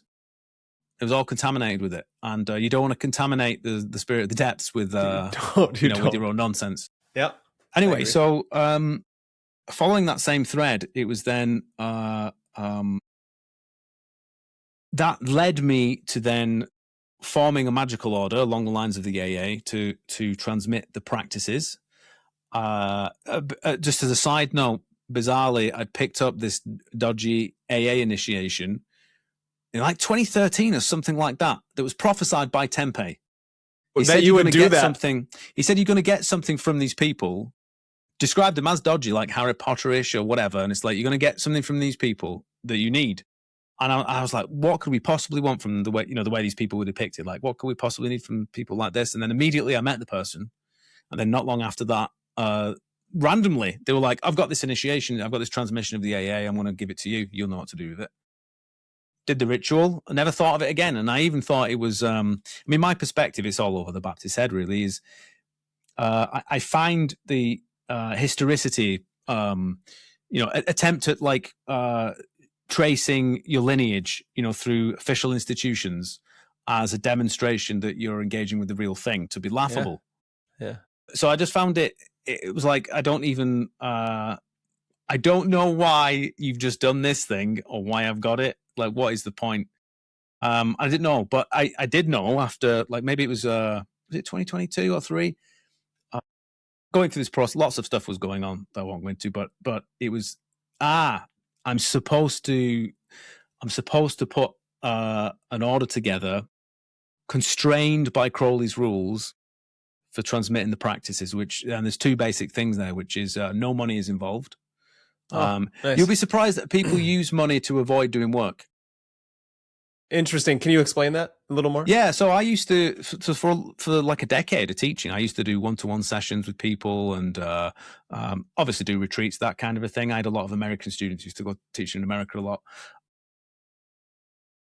People would, say, book a session with me. It was as if booking the session with me and overpaying me, you see, they're generous, they're supporting the poor teacher, right? But overpaying me, that's a substitute for actually doing practice. So if I tell you, like, oh, you should do this, this, and this, and then I speak to you the next time, it's like, did you do those things? No, I know. But we're having this conversation now, aren't we? So that's dealing. So I don't need to do it on my own, right? Right. So, and yes, so there can be I also think sometimes as well, of course, one shouldn't be sniffy about generosity and supporting things, because many things wouldn't exist without the generosity of people. But there can be this shadow running under there, which is your exercising of generosity. It's as if that is again a substitute for spiritual development. Yeah. Like, if I'm look, I'm being very generous, I'm being very supportive. Isn't that the same thing as the path? And it's not. I'm afraid it's not. Anyway, so yeah, so money can be, when money's involved, it can be a way of dodging just doing the practice, just doing the work. Yeah. So, I mean, it's very interesting as well when that's all that's on the table, like, oh, the actual practices directly and support for doing it, and that's it. Like, oh God, I'm not doing that. But there's a second factor, I think, as well, that exacerbates it, which is one, no money. The other thing Crowley had in his order was there was a chain. So there'd be someone above you in a grade who would like sponsor you, and then you'd sponsor someone below you. And so there's that. So you have to support other people. Yeah. And support is it's very loose. Like, as in, just talk to people. Like, oh yeah, I went through that, or this happened to me when I did it, or yeah, I still don't understand that, or whatever it is. Just contact, regular human contact. That also can be too much for people, because people, it's sad, but a lot of people don't actually associate wisdom with helping people. Yeah, that's wild. It's almost like if I could throw money at you, right? And I'm helping you, aren't I? But you want me to I don't know, have some solidarity with this person over here, then that's that, Anyway, so yeah, these two things were very important. And in hindsight, after I'd done it, because I also didn't want to do it because I knew I would attract attention for having an institution based on Crowley's AA. Yeah. I knew it was like, it's an unfortunate phrase, but I really did feel like I was about to stick my head in a bucket of shit. Oh yeah. And I don't need it, because it's for most of my teaching career, I was just dealing with what we might call just normal people, like people who were spiritual seekers, who were just ordinary people, and they made the best students. Oh, yeah. They just make the best students. They don't bring all of these prior assumptions about things. The sad fact with occultists is they tend to be the people that make the biggest noise about wanting to be autonomous, whilst at the same time needing the most hand-holding. Oh, yeah, yes. The helicopter kids. Right. Anyway, for my sins, it wasn't up to me, though. I wasn't supposed. It's like I'm supposed to do this. And principally, this is to do with, I won't go too much into it, but this is to do with like the goddess, because she's actually in the heart of the order. She's in the middle of the temple. Oh, yeah. So I formed the order for that reason, and then it led me to the Crowley work. I've got many books of my own that I'm working on. So I mentioned the Magia text. I've just finished, or I'm finishing up an exegesis on that needs to go with the main text, and then it will be officially published by my publisher early next year. Mm-hmm. But that's going to be one of a trilogy. There's 3 books, and I've got this work to be getting on with, and then it's like, nope, you now need to spend a year working on Crowley's stuff. And that was like excavation work. That was that same quality to it, where you know what you're looking for when you found it, right? But I would dig and I would dig and I would dig, and then it'd be like, this is the story, and then it's like, it's not quite it yet. Like, keep going.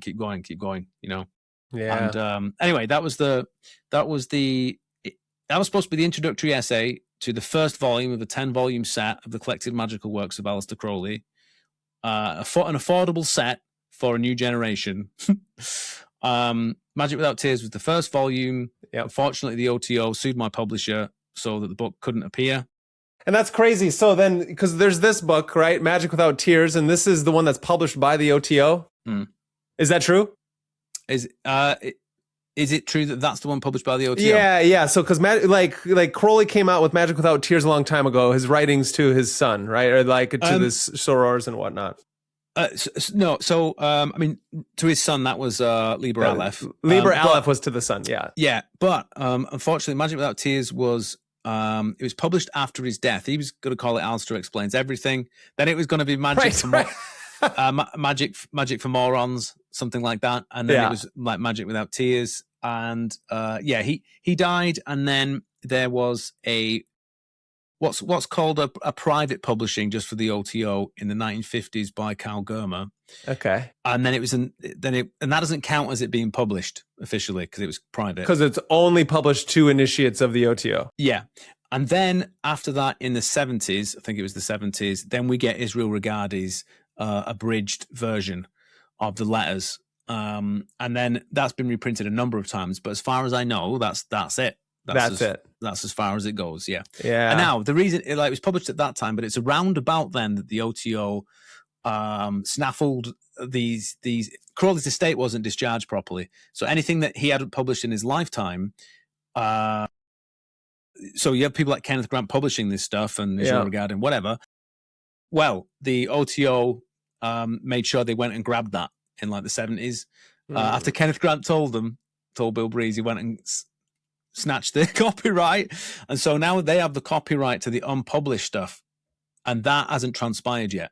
That's great. And for another 10 years, right? You said? I think it's 2039 when the copyright expires. So maybe a 10-volume set will drop then. I don't know. Yeah. But anyway, my essay, I ended up just publishing it on my website, Is a God to Live in a Dog? And that is what I discovered doing that was that the reality that I'd come into contact with the god Aeon, right, wasn't a coincidence.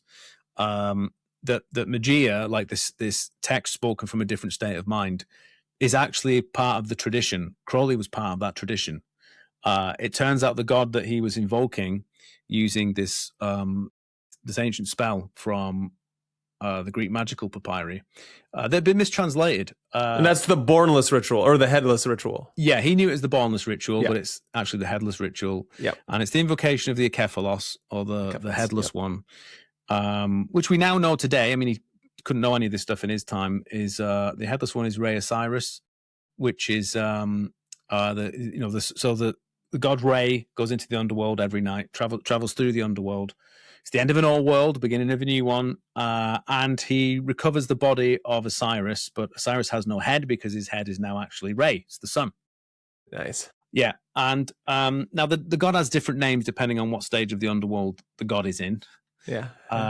It just so happens that one of the favorite names for describing the supreme deity in Thebes, which is incidentally where Ankh and Khonsu was from. Who's the Crowley's named as Ankh and Khonsu in the Book of the Law. Yep. The name was Re Hareketi for that god, which is obviously Ra Harkuit. It's the third god speaking in the third chapter of the Book of the Law. So I mentioned Aeon. Aeon is also another name for the same god, and it was even mistranslated out of the version that Crowley had. But it was his favorite line of the whole incantation. I'm the grace of the world. My name is a Heartgoat with a serpent. Heartgoat with a serpent is a title used for his book. One of his favorite holy book or whatever. A grace of the world was a mistranslation. It's a favor of the Aeon. Really? That changes things quite a bit. Well, yeah. The supreme god of the Greek magical papyri is Aeon. Wow. Yeah, then interconnecting to Jung and all those things. Crazy. Jung experienced deification with the god Aeon. Wild. It turns out that Aeon is the supreme god of the Chaldeans. Julian the Theogist, and Julian the Chaldean, his father, the duo who were responsible for a number of texts. But the Chaldean oracles was originally a single text spoken from a different state of mind at the end of an age and the beginning of another one. Just like Crowley.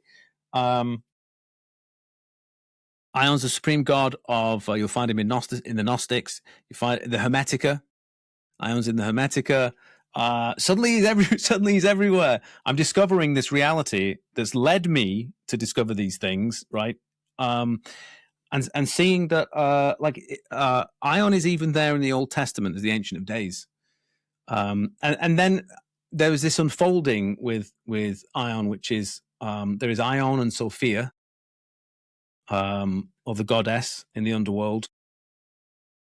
And who's there at the end? The child, the offspring, is Christ. Yeah, the Christos. Yeah. That's So that's fascinating. There's a trinity there, and they all three appear at the same time. The first time they appear, it's there, and so this is unfolded anyway. And do you think that then that a child at the end of the Aeon, the Christos, the Christ, that is the like the awakened God man? Like that is us at the end of the certain aeons as the revelations passes through into a new world. Every man and woman who is a star in their awakened state, who is, I almost seeing, I'm maybe making leaps and jumps here into some kind of metaphor or analogy. Yeah, I would think of it in this way, in theological terms, which is the child at the end is the beginning and the end. The child at the end is like the king of the Alpha and Omega, creation, right? Yeah. But it's that child, the nature of that child, that makes it possible for humans to wake up. It's a vessel. Okay, that makes sense to me. Yeah. So it's not. It would be incorrect to think of Christ as just another awakened person, something like that.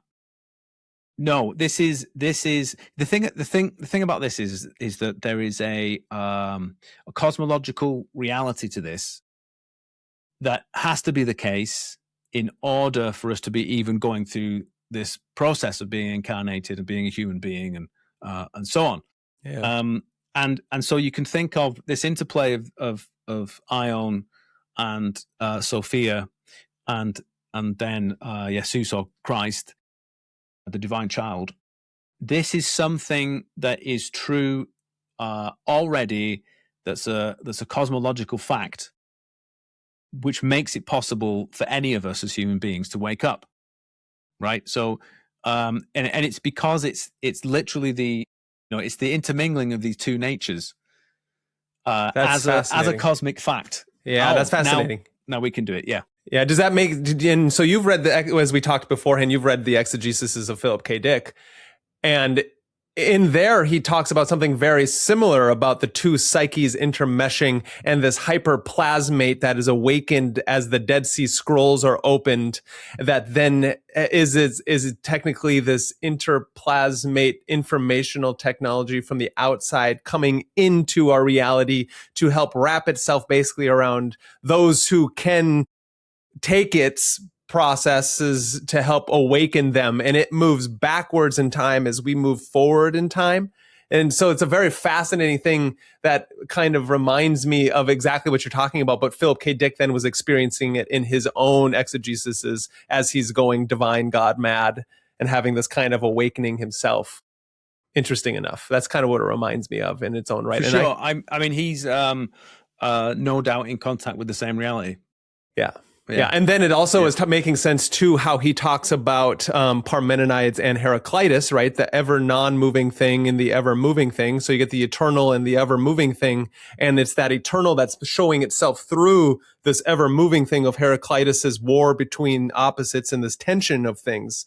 And so it's fascinating that this kind of comes up because then he said in his exegesis is that in their day and age, they didn't have the term hologram, but that's kind of what they were talking about, which is fascinating to how then our day and age is reaching this climax with AI and virtual reality and holographic nature of the universe. And not that I subscribe to simulation theory, which I think is kind of stupid, but there's something there to that. Yeah. I mean, I do think it's the case that Philip K. Dick, through his work, has prepared us for where we're headed, and principally that the collapse of being able to trust where your own instincts come from, right? What impulse you might have, does that come from you, or was it engineered by an algorithm? Yeah, exactly. The black iron prison. When you can't trust appearances anymore, when is that really the president in that video, or has someone just made a deep fake or whatever, AI and that's a brilliant, because then in Divine Invasion, which is one of my favorite books of his, you're seeing that happen with the main character's favorite singer, who ends up being basically a propagation of marketing and advertising that the Black Iron Prison is putting upon the main character's consciousness as he's hearing her songs as he's out in Mars and then interacting with this Ya character. It's those songs that are continually keeping him asleep, and Ya, who is now this boy who is his son, but it's not really. It's Ya is this Christos trying to become reaware of itself. You could even say Aeon maybe in the son, and then you have Sophia, who's his other friend, who's trying to help wake up Ya in this character. So Divine Invasion is brilliant, and I see a lot of this happening through how he was trying to explain what is the nature of reality at this time. Yeah, I mean, I think the virtue of his work is to show these situations where there's a paranoia or a suspicion, about your experience, like what is real and what isn't real. Well, then the question is, but what do you trust then? What do you trust? What do the characters trust? Like, what do they end up doing? One of the things about Philip K. Dick's work that you see him say, and I think is underappreciated, which is the nature of this world is there are forces moving in the direction of going to sleep, like making you unconscious. It's how the world is. It's how this world is. It's where its gravity, right, is to pull you asleep. So you can have a wonderful, profound mystical experience, but pretty soon after you're falling asleep again. Right, goes back to what we were saying before. And you have thoughts about. Maybe you have thoughts about it. It's something that applies to you in some way. Maybe now you're an awakened human being. So, like, what do you do with it, and so on and so forth. And it's like, yes, that something erupted, but it's been covered over again. There's a contrary movement, and it's that other voice. But I think I talked about smuggling in a book. Yeah, right, but this is how you can think about what incarnation is. Like, we come here bringing something with us, and something that would be perceived as an attack by this world, right? Because its nature is contrary, and it's not understandable where it's come from, so it's frightening.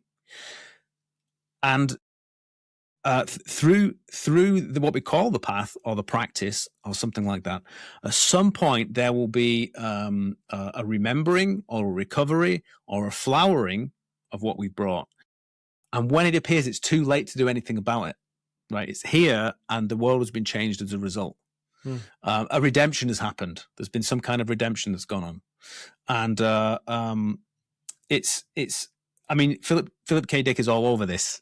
Right, oh, yeah. Talking about this relationship, how yes, to this world and those people and those forces, discarnate or otherwise, right, that are invested, and they've chosen the cultivation of appearance, right, and moving in that direction. To them, eternity erupting in time it's like an evasion. It's an attack. It's the same principle with people who might encounter it and then run in the other direction. Right, but of course, for from the perspective of eternity, however, it's actually it's love. It's that beloved aspect you're talking about. It's the claiming of something that's fallen as it is, and miraculously turning it the right way around. Yeah, that's right, beautiful. without denying its existence, like it is the way that it is. And it's this mixture, this marriage that produces. It's why there's life. Yeah. It's why life exists. It's the mixture of these two things, and it wouldn't be possible without what we might describe as the fallen. Just as it's not possible without the origin of all life, which is this other world. But these things, I just want to reiterate this and underline it. These things are already true in your own experience, should you know how to identify them, should you be paying attention, right? I want to make that clear, because there's this tendency to, you hear someone say about another world and it becomes this abstract thing. Yes. Do you know what I mean? And it's no. When I talk about another world, I mean there's one in here. It's this here, and that we're experiencing. Yes. Out here in the phenomenal. Yeah. Very important. It's that other world, we might say, that is responsible for you doing everything that you're doing. Yeah. Yeah. It's that organic, silent knowing that's already the case. That's driving you to engage with this stuff. Yeah, I like that. I like that term, silent knowing. The first time I heard you say it was, you know, in the few of the talks I listened to, and it's brilliant because that's the same silent knowing then that was there at your birth, the same thing that's moved you through trying to seek after these things. Am I correct in saying that? It's as I've been talking about, like the seed or the thing that comes first, the impetus behind learning all of these things. It implies as well, doesn't it, that you can understand that a human life is like putting something into words that has to be put into words so that you can more consciously participate in its nature. Yes. Yeah. So your life becomes the speech or the expression of something that remains silent. Yeah. Because, and then it leads me into saying of like why the Book of Lies by Crowley was so important, or understanding that all language is a metaphor, or everything we say is a lie, is because of it's only alluding to something that we can't quite touch or talk about, but we have to use the language to color it so we can then see it for its appearance, but not for how it actually is. I mean, for sure, but I would also just say it's like if you were to draw a picture of something that happened to you, if you were to draw it out, like the event, it helps you. It's a lower order copy that is not the event, and nor do you ever think this that I'm drawing here is the actual event. No one does that. But by drawing it out, it helps you to reflect on what's happening in your memory, in your consciousness. Right. So this is like the higher order thing. This is the lower order thing. And by doing that, they have this reciprocal relationship where they inform each other, which allows you to be more conscious of what it is, right? And that allows what you're looking at, whatever it might be, to disclose its own nature. So, I mean, this might be, again, a way of understanding what I'm talking about with this silent knowing.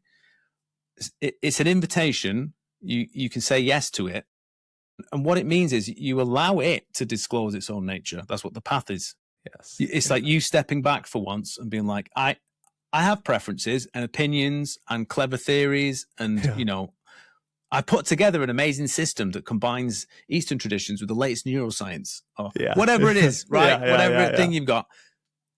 If I just leave that it can be there, but I'm just going to let go and I'm going to allow what I'm engaging with to disclose its own nature. Yeah. Maybe it will confirm my biases. Maybe it will disprove them. Yeah. I mean, the spoiler alert is it completely obliterates. It obliterates. It does. But that's it. Like allow spiritual experiences. Allow them to disclose their own nature, because you can have a spiritual experience of whatever description. Quickly, you can cover it over. Yeah. Quickly. Very fast. That you forget. Maybe memory hole it really fast. Right, and then maybe you apply, I don't know, ways of analysis or interpretation or something, or whatever. And it's like, well, what if you didn't do that? What if you instead allowed that spiritual experience to disclose its own nature? Let it tell you what it is. And I guess, I mean, just going back to that inversion that I talked about, where I moved from being like this practical chaos magician to someone being carried somewhere.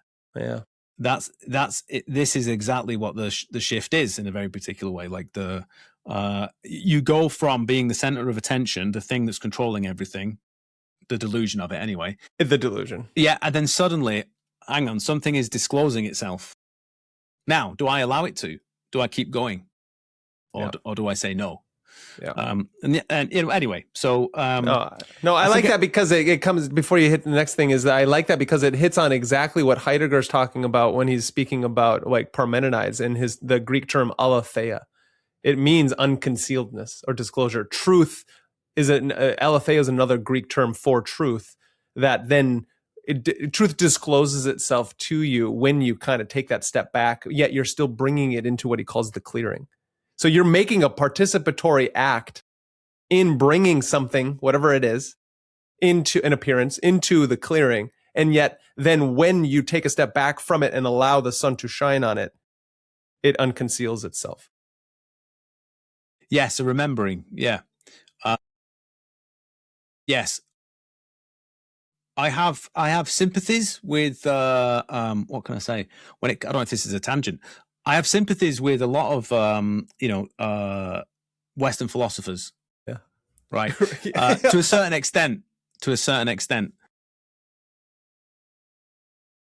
And I think Heidegger, it was only recently that I started looking at some of Heidegger's stuff, but to find something similar, that idea of disclosure. Right. Yeah. So I'm completely on board with his critique of other approaches. Yeah. Yeah. My concern is, however, is that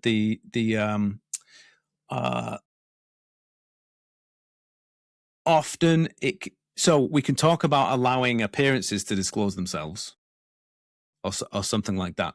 Right. But is that what we're interested in?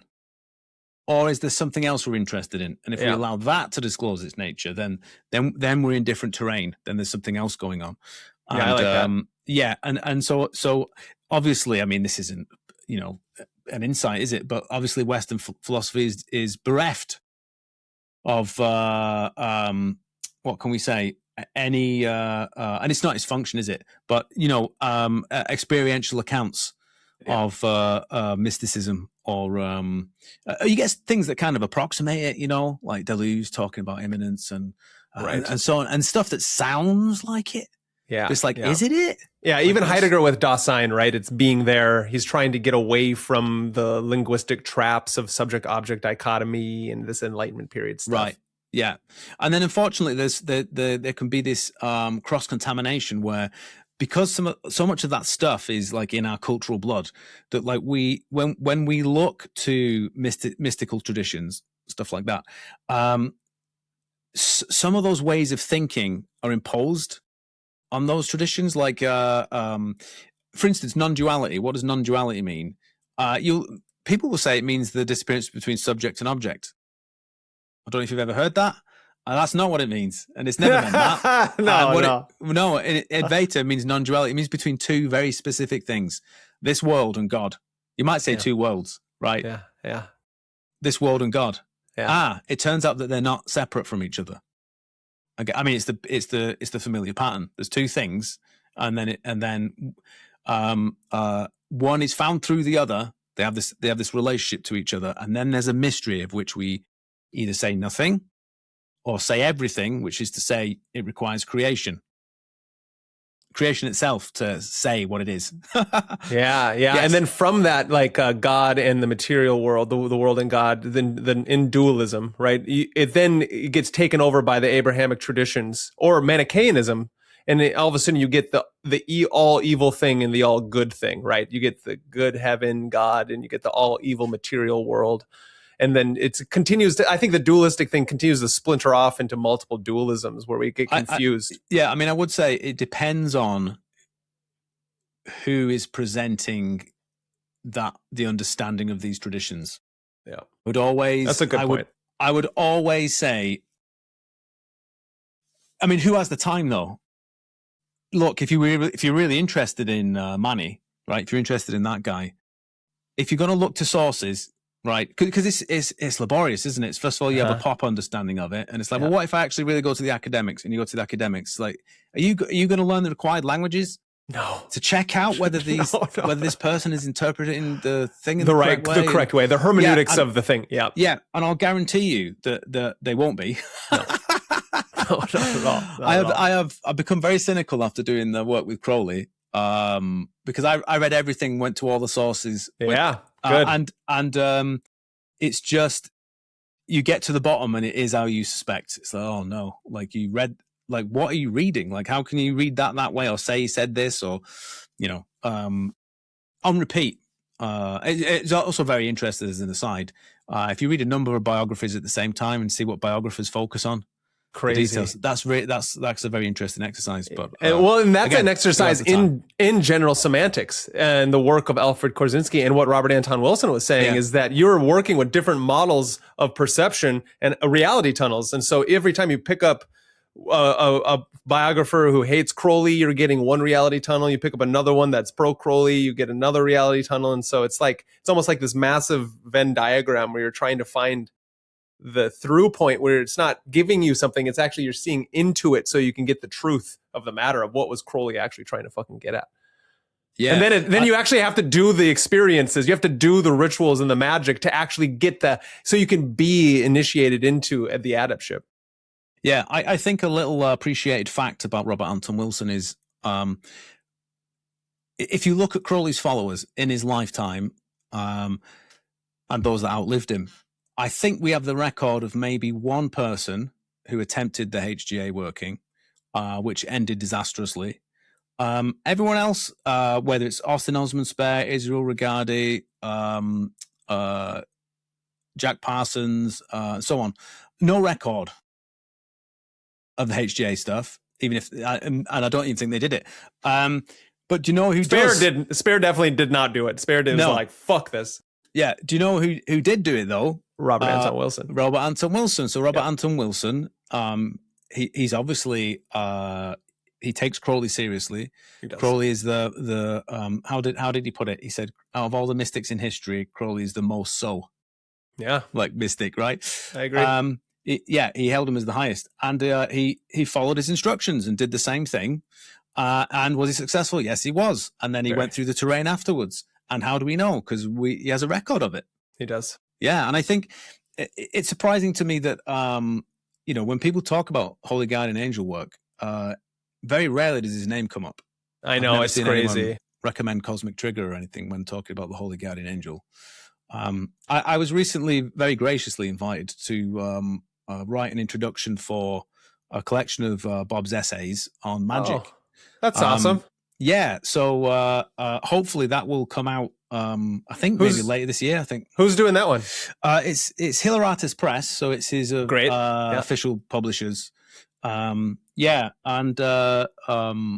lovely bunch of people, and it's called Maybe Magick. It's going to be called Maybe Magick, and it's a collection of his magical writings, some rare stuff, like his version of Liber Nu. And stuff of that nature. And that's exciting. Hopefully, what can I say? An interesting essay that I wrote for it. Can only imagine it's going to be fantastic. I can only imagine it'll be fantastic, Alan. Can you talk to me now? Can you? No, I want to hear about this thing that so in your great work and everything you've been doing with your Advanced Magic for Beginners, to your Headless book you did with Duncan, to Magia from Baptist the book. Head. Baptist Head. Thank you. Yeah. I haven't read it yet. I'm going to. To Magia, did you first, before I get into it, did you first write the book, or was it first a school? Which, you mean Magia? Yeah. Oh, so it was, well, as I described, it came through on a retreat. The whole teaching. And then that was 2019, let's say. And then I think it was 2022 when I formed the order.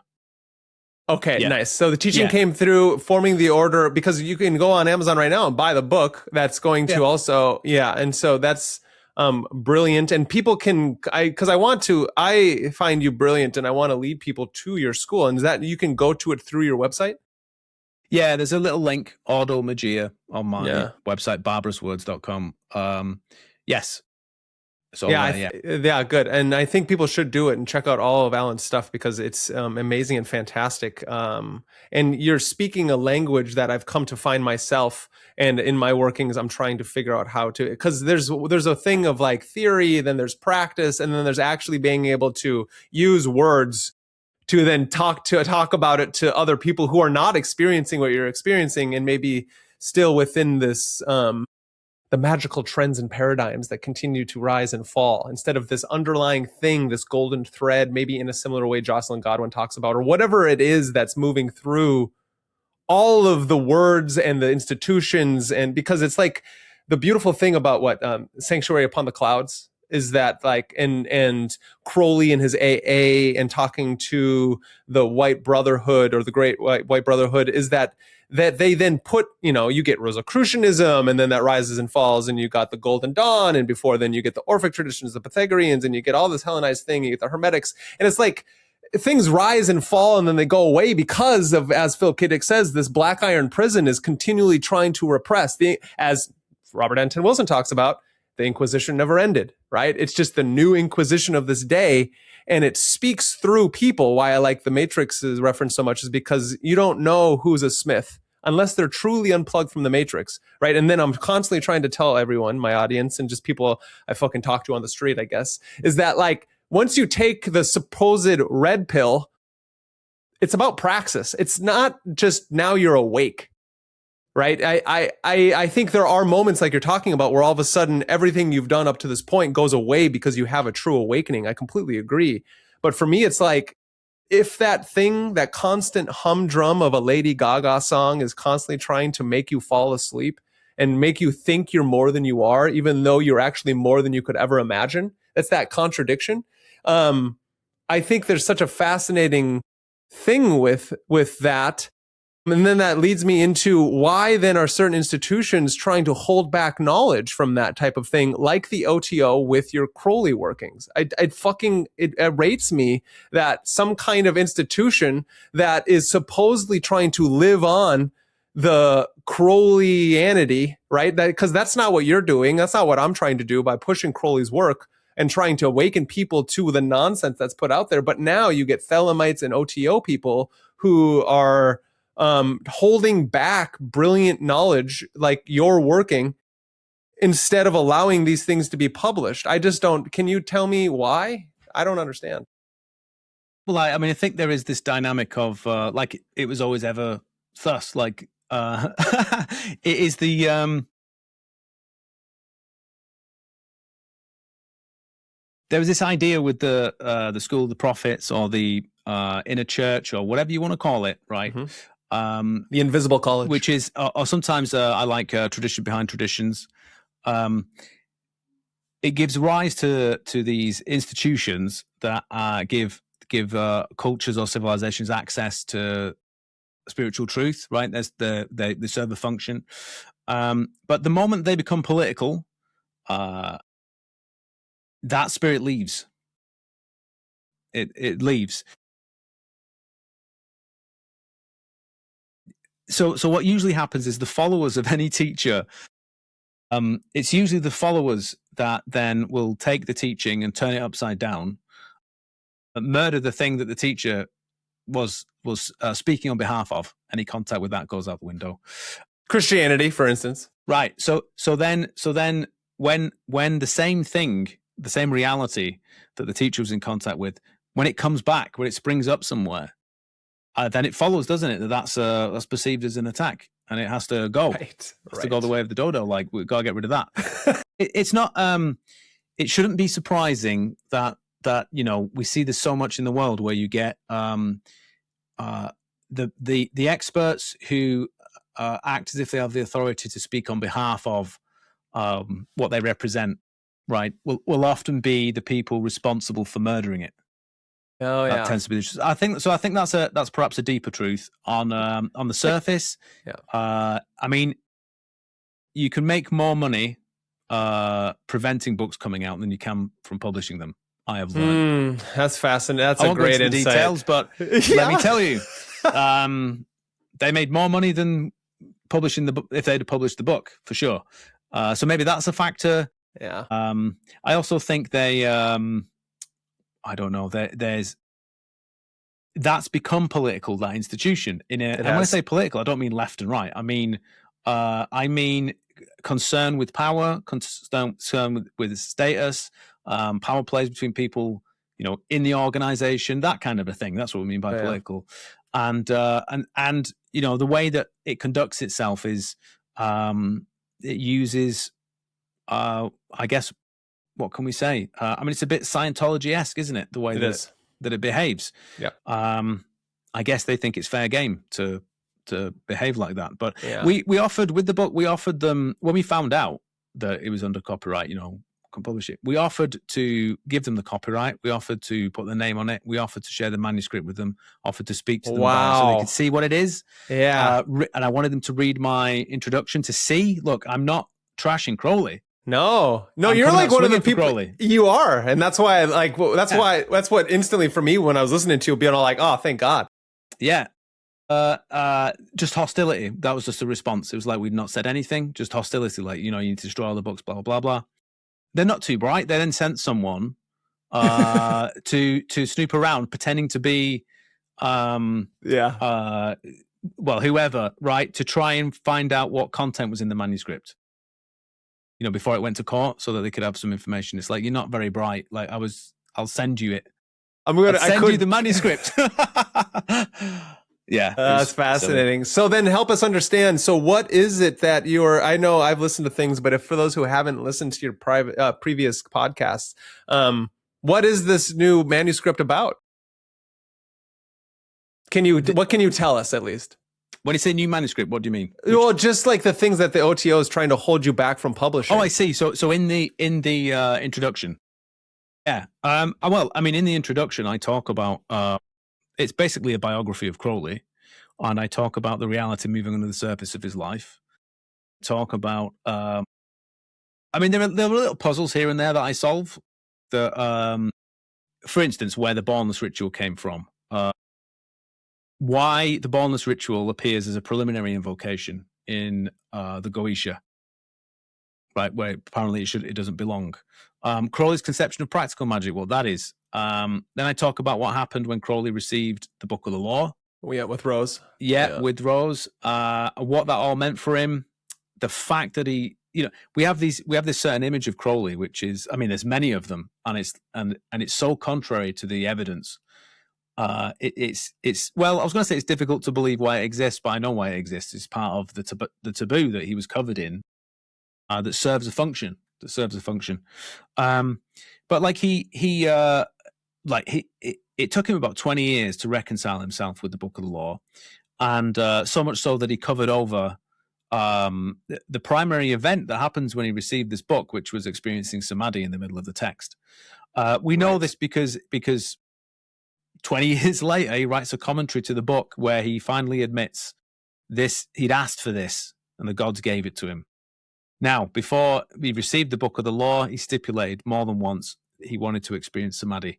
He wanted samadhi. And there's this, so this event occurs in the middle of the book. It's the only, it contains this little passage, it's like 13 lines. It contains the only line in the book that wasn't dictated to him by the angel, Iwas, which happened on these 3 days, where he asks, like, is the word exhaust? Like, what's going on? His own paraphrase was, what's going on? Like, I don't know where I am and what's going on. Anyway, he drags his heels. He crosses the abyss 4 times. Wow. Before claiming he's crossed it. He doesn't claim the next grade after crossing the abyss. Someone, George Cecil Jones, tells him he has it. Yeah. And is that Episimus? Ipsissimus. No, it would be Master of the Temple. Master of the Temple. Sorry, yeah. Master of the Templar, yeah. So, but it's like he's dragging his heels. He has he does this work with the book. Then he's supposed to publish it. It's got its own instructions in the book, like what he should do with the book. He doesn't do it. So the gods turn up again and start. This always happens. They turn up spontaneously and start speaking through a woman that he'll be working with or have a relationship with. Sometimes with no magical training at all, and they'll just get him to try and follow the instructions. Like, you need to publish the book, and he flaps around, and like he will test. He will be skeptical. He will think that the magical working that will transpire, where he speaks with the gods and so on, that it was a terrible failure. And it's all his fault from a lack of faith. It was all about faith for him his entire life. He was an extremely religious man. Which most people don't understand. They think he was anti-Christian and all these different things, which is completely the opposite. Bizarrely, in the Equinox of the Gods, which is his attempt towards the end of the 1930s to finally publish the Book of the Law according to the instructions of the book itself, he writes in the introduction to that the content of the Book of the Law is actually the real teaching of Jesus. Yeah, I know. That's fascinating. I've heard you say that. That's fascinating. Have you checked it out? Have you seen it? I have, actually, yes. Yeah. So the next thing you want to do, if people are interested, is read Liber 888, which is the Gospel according to Shaw, Bernard Shaw, right? Yep. I think he calls him Saint Bernard Shaw. He does. Yeah. He does. Yes. Yeah. You want to check that out. And what does he mean by Christ, or what was his view on Christ? For him, and he knew the Bible very well. he could see 5 different Christs, something like that, all mashed together. There's the messianic prophet. There's someone who looks like a yogi, right, and so on. But certainly in the Gospel of John, he sees someone who he describes as possibly an Essene or a Gnostic. Sounds like and it sounds like it's describing spiritual attainment. It's that Christ that he's saying is this would actually be the true teaching. This would who Christ was. This would actually be the content of it. Because in other places he will put Christ in quotation marks. He does, like it didn't exist. He didn't believe in him, which is a complete contradiction to what then you're talking about.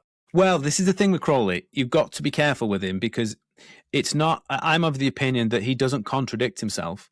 He assumes you're as smart as he is. He assumes very much so. He has a problem with theory of mind, and he says this himself. Like he assumes you know everything. You have the learning he has, and you are as sophisticated as he has. He was, which is then why he puts down in his beginning of his equinoxes and his AA work. It's like, read these fucking books, otherwise you're not going to know a fucking thing I'm talking about. Yeah, for sure.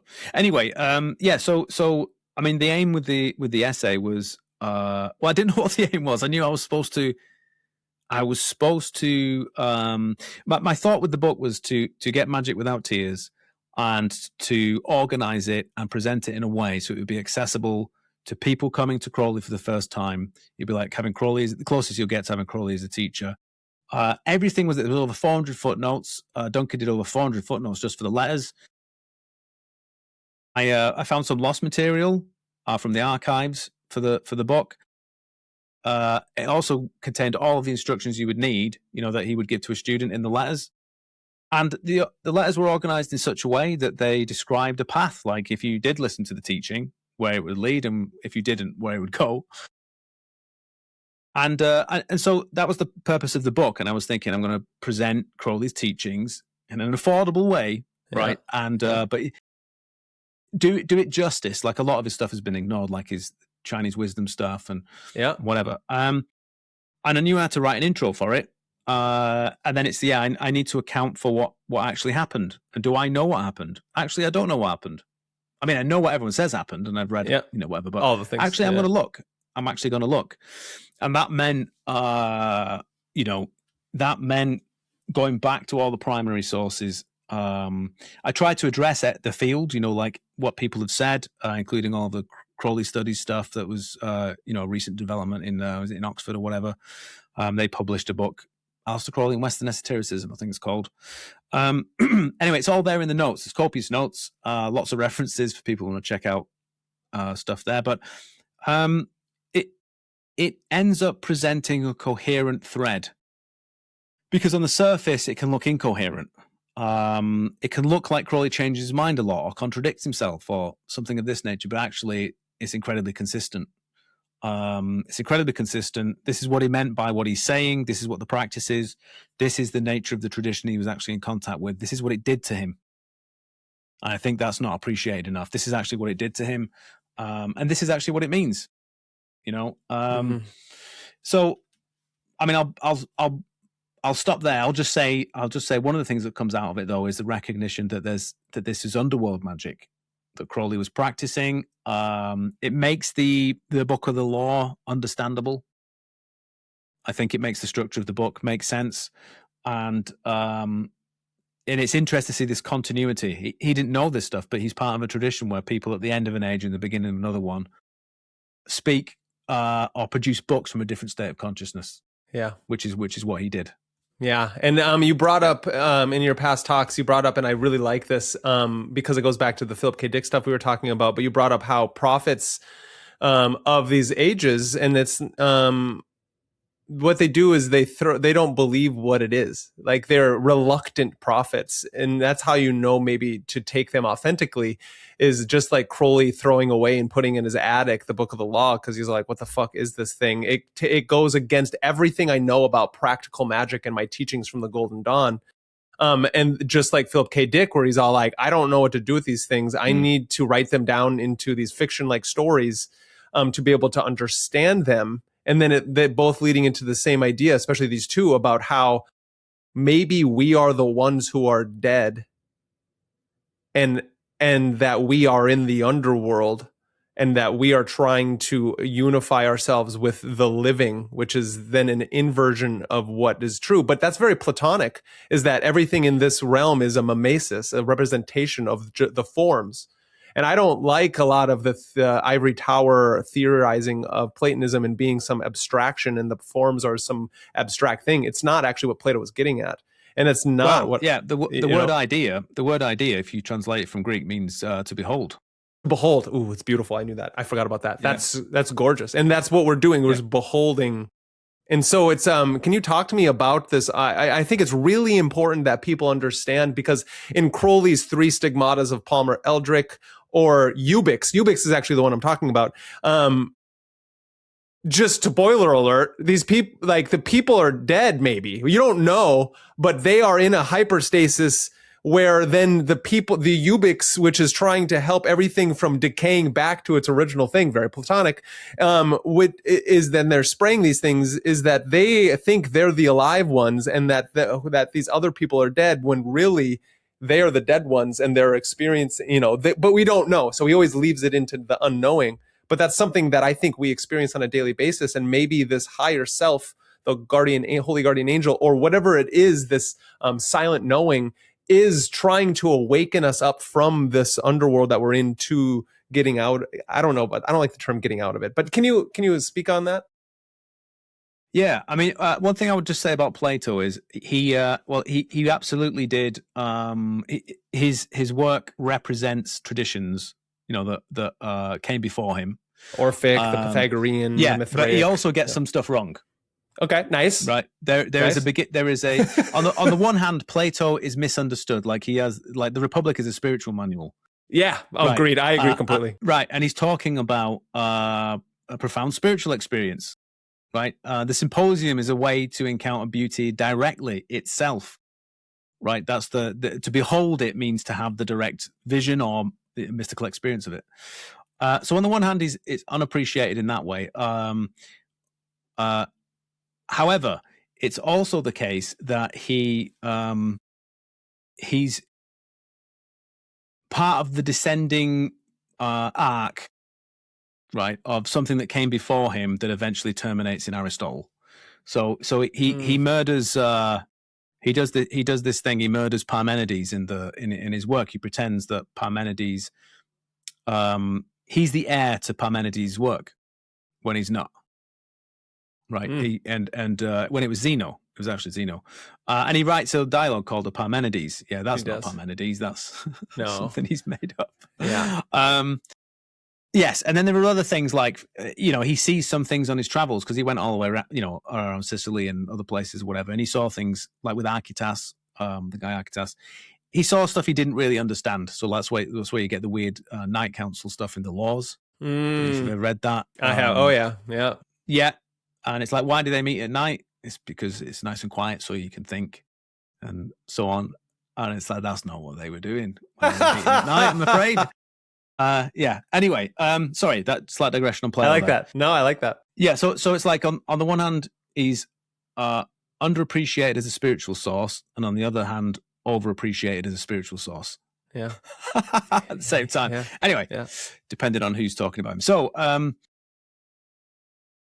okay. So, I mean, this is just a very basic idea, but it's there in the material. But it was a very common old idea, esoteric secret, we might say, this notion that this is actually the underworld. So the normal arrangement is, this is where life comes from. This is where life is. When we die, we go to the underworld, realm of shades, and so on. But actually, no, it's the opposite. Now, if we just think that there are two worlds, and that this realm of appearances has no being of its own, there's another realm that is being in and of itself, right? And that's life. That is what life actually is. Eternal life, divine life.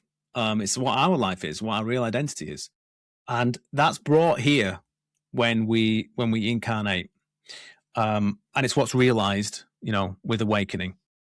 And then, I mean, it doesn't take much, does it, to understand that actually, okay, if that's where the true earth is, this other world, and this is the counter Earth, because that was another way it was expressed. Well, if to incarnate here, that's like dying there, isn't it? It's dying to that world so that you can be here. Yeah. And then if this is a realm of appearances, right, that's like shadows. It's like shadows, a moving image that you're casting into time. You're actually in eternity casting your shadow into time and then taking that shadow to be yourself. Yeah, I like that. Right? Yeah. Not because it's simply an error, but because what comes from that is through realizing that nature in time, you get to recapitulate creation. Right? It's another way of saying through memory, you get to add with death a harvest to eternity, right? To the true earth. You get to add to that which isn't lacking anything. Right? This is the growth of the soul. This is the growth of a God standing in the fire of eternity. This is what it is. Yes. So this place is the underworld. Okay. Now, do we see, to take Crowley as the example, we see this in the Book of the Law. Crowley gets these messages through his wife that the gods are waiting for him. Right? They want to communicate with him. Now, it's a long story, but eventually he gets instructions where he needs to enter a room and then write down a chapter of this book for 3 days straight, making 3 chapters, and this is the Book of the Law. The content of this book, what happens is, as soon as he starts, he enters the room, he sees an angel in his mind, but he hears a voice, and he starts dictating this book to Crowley, and he's writing it down. Immediately, Crowley is identified with Ankaf and Khonsu. Ankaf and Khonsu is the Egyptian priest found on a funerary stele, right? Previously identified, right, by his wife when she was walking through. They're in Egypt. They go through a museum, and she points out the gods that want to speak to him. She points to the god on this funerary stele, and there's Ankaf and Khonsu, the priest, who's on there, and there's the god Re-Erecti. It's a funerary stele. That means that this is for his death, for Ankaf and Khonsu's death. On the back are 2 spells for passing through what's called the second death. So in Egyptian cosmology, when you're in the underworld, in the realm of the dead, you'll have a judgment, right? And the judgment is, does your soul continue with the gods, or is it annihilated? Right? The weighing of the heart, and so on. Right, and this is called the second death. And you what you want to do is you want to survive the second death, right? And have immortality, because basically the sun is set into the underworld. You want to go along with Re, the supreme god. You want to follow him along, right? He'll do battle with the forces of darkness that don't want another world to the whole Seth of consciousness. Seth archetype set, right? And if you decide to go with him, then that means leaving behind appearances. Let appearances die, right? The dead and the dying, right? Let go, because that's not of us. That's not who we are, right? Don't worry. There's no such thing as death for you if you listen to the voice of the divine and go with the divine. There's no such thing as death. There's just a continuity of consciousness, and you will be a star in the body of the goddess Nuit, right? You will be immortal, and this is the same as then rising with the sun and being immortal in the sky like a star, which is, for people familiar with Egyptian stuff, I mean, this is the path of the pharaoh, isn't it? This is what right, and he has to do it, and you have to go through that process so that creation continues. That was the idea. So in the Book of the Law, we've got Crowley identified immediately with Ankaf and Khonsu. He's in the underworld. And then we get a description of the underworld. He's with the dead and the dying. And what are we supposed to do with the dead and the dying? Just let them die in their misery. They're not of us, as I just mentioned, right? And as if to prove the point that he's now experiencing the second death, he experiences samadhi, right? Which is awakening or realization, or a traditional term for it, dying while still alive. Yeah. Something he's been trying to do his whole magical career. Yeah, and he experiences it in the middle of the text, exactly where you would expect it to happen with the second death in the underworld. That's crazy. It tells him beforehand. It says what will be the sign, like, the continuity of consciousness, like that's the omnipresence of my body. This will be the sign that you're the prophet, by the way. Then he has samadhi. Oh, look, it's the sign that says he's the prophet. It's samadhi. Right. And then there's a description of what happens after as a result. And then he's told everything that's going to happen to him in his life. because he's given a veiled teaching that looks repulsive, and he's supposed to champion it and tell everyone about it. I mean, it's a big ask, but he'd signed up for it. They gave him samadhi. He asked for it, and they gave him samadhi. And it's like, that's too much. Like, I don't know how I'm gonna deal with this. So hence 20 years of repression. But gradual acclimatizing to it. You know, it got better over time. Right. So it's a description of the underworld. The book functions like the god Re does in the underworld.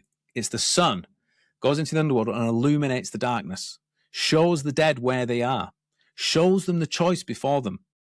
Right? Do you go with the god, or do you stay with the forces of darkness? Right?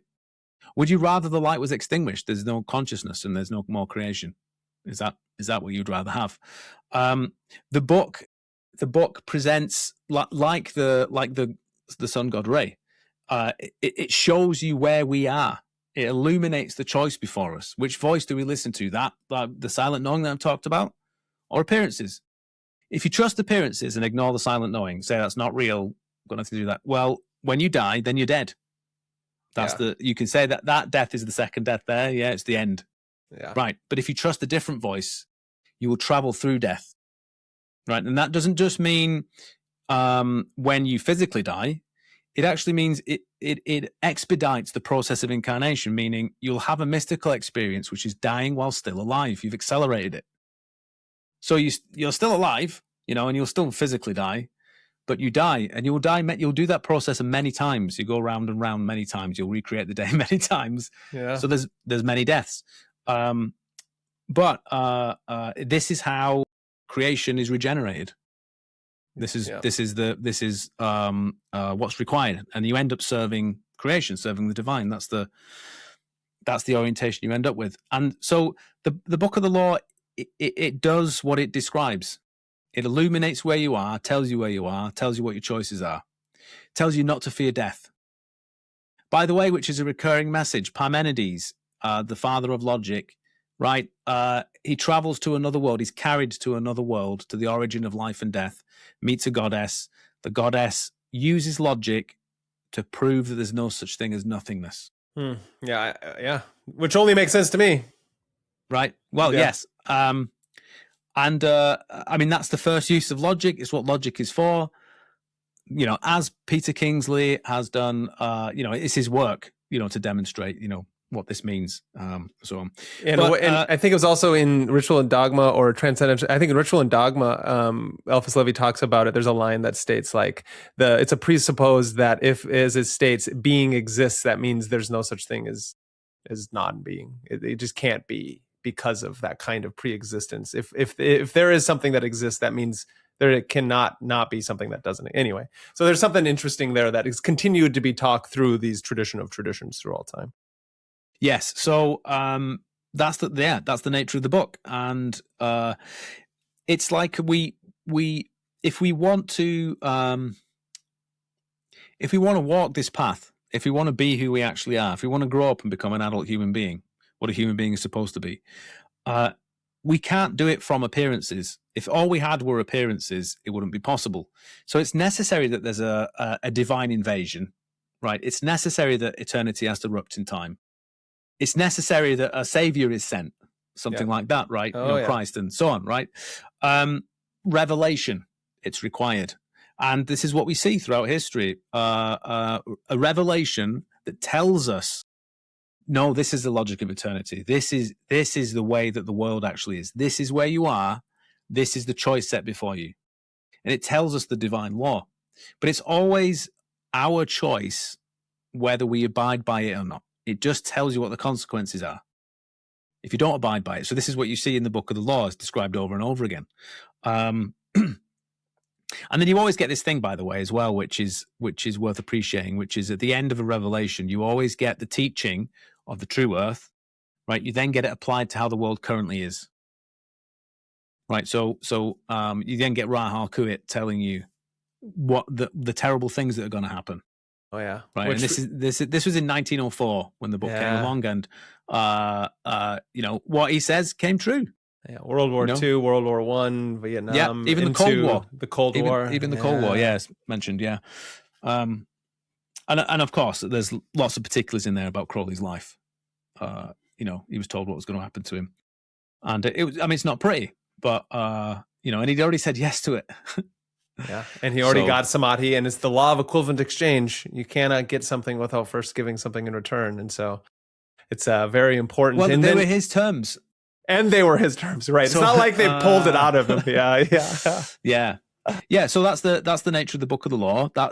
This is what we mean by the underworld. As another example, I mean, Crowley was using a spell from the Greek magical papyri, which is from Alexandria about 1,800 years ago, but, you know, a tradition that was older than that, collected by a Theban, one person who collected all that together. Anyway,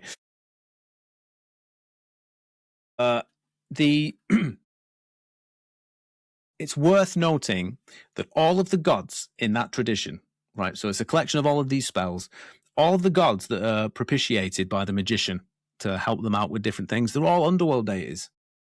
They're all the deities of the underworld, spirits that are in the underworld. Right?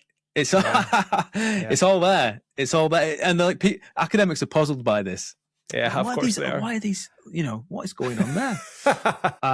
But as I mentioned, it was all over the ancient world. This esoteric view of things, this idea that this is actually the counter Earth. This is a shadow of the true Earth, or this is the underworld. Right? We're already in it. So I think, you know, you get some, again, with the pre-Socratics, it's all over that as well. Yeah, for sure. I think that's brilliant. And then, so that kind of leads me into talking about something that then you've experienced recently. You tell me if you have, and it comes to our current day and age with your own vision that you have for the coming kind of, I don't want to maybe use the term apocalypse. How would you put it? How would you put it? Which one what are you referring to? So I heard you. Yeah, I bet there is. I heard you talking with Jason Louv about this kind of vision you have for this current day and age that we're living within, and maybe we won't make it out alive. I don't know. Maybe I embellished that a little bit, but oh no. So it was more. Well, I'll just go through it. It's easy to explain, isn't it? Yeah. I recently had. What can I say? This has been developing for a while, so I had recourse to go back to my magical record to see when some of these things happened, and it was surprising. So in 2020, on the day of the Great Conjunction, the morning of the Great Conjunction, so what was that? November? Was it in November? Anyway, I woke up in the middle of the night and I was carried somewhere and shown a vision, and the vision was of what looked like a kind of like an idealized American city. I knew it was I knew it was American anyway, but the cars are driving on the right. You know, I'm in Britain where I don't know why we do this. We drive on the left. Of course we do. Yeah. Well, it's because of swords and horses. Nice. That's why. Oh, that's good. I'm glad you told me that. Yeah, that's I've heard that, and I'm a swordsman, so I like the idea. So if you're right-handed, you hold your sword on the left, and so if you're going to attack somebody, you need to. So that's what I've heard, and I've stuck with it ever since.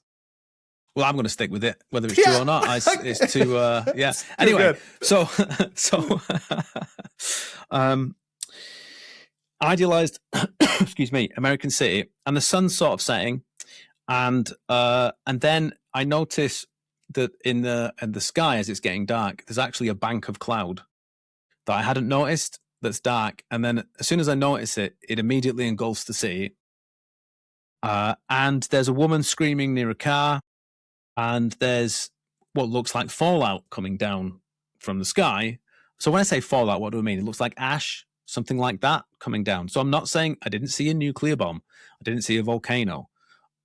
This is just what I saw, and there's like this stuff coming down. So after I had that, I don't think I realized at the time that I'd had it at the Great Conjunction, like it had happened then. Anyway, right. I sat on it because it's like I don't know what that means. I was supposed to see it, and it was almost like it's almost like, you know, I'm going to take you here now, and you need to see this. Yeah. But like what for? Like I don't understand what this is. Now there's an ambiguity to it, which is it symbolic? Is it like the sun's setting on the American way of life and it will collapse traumatically, and you have to deal with the fallout from that?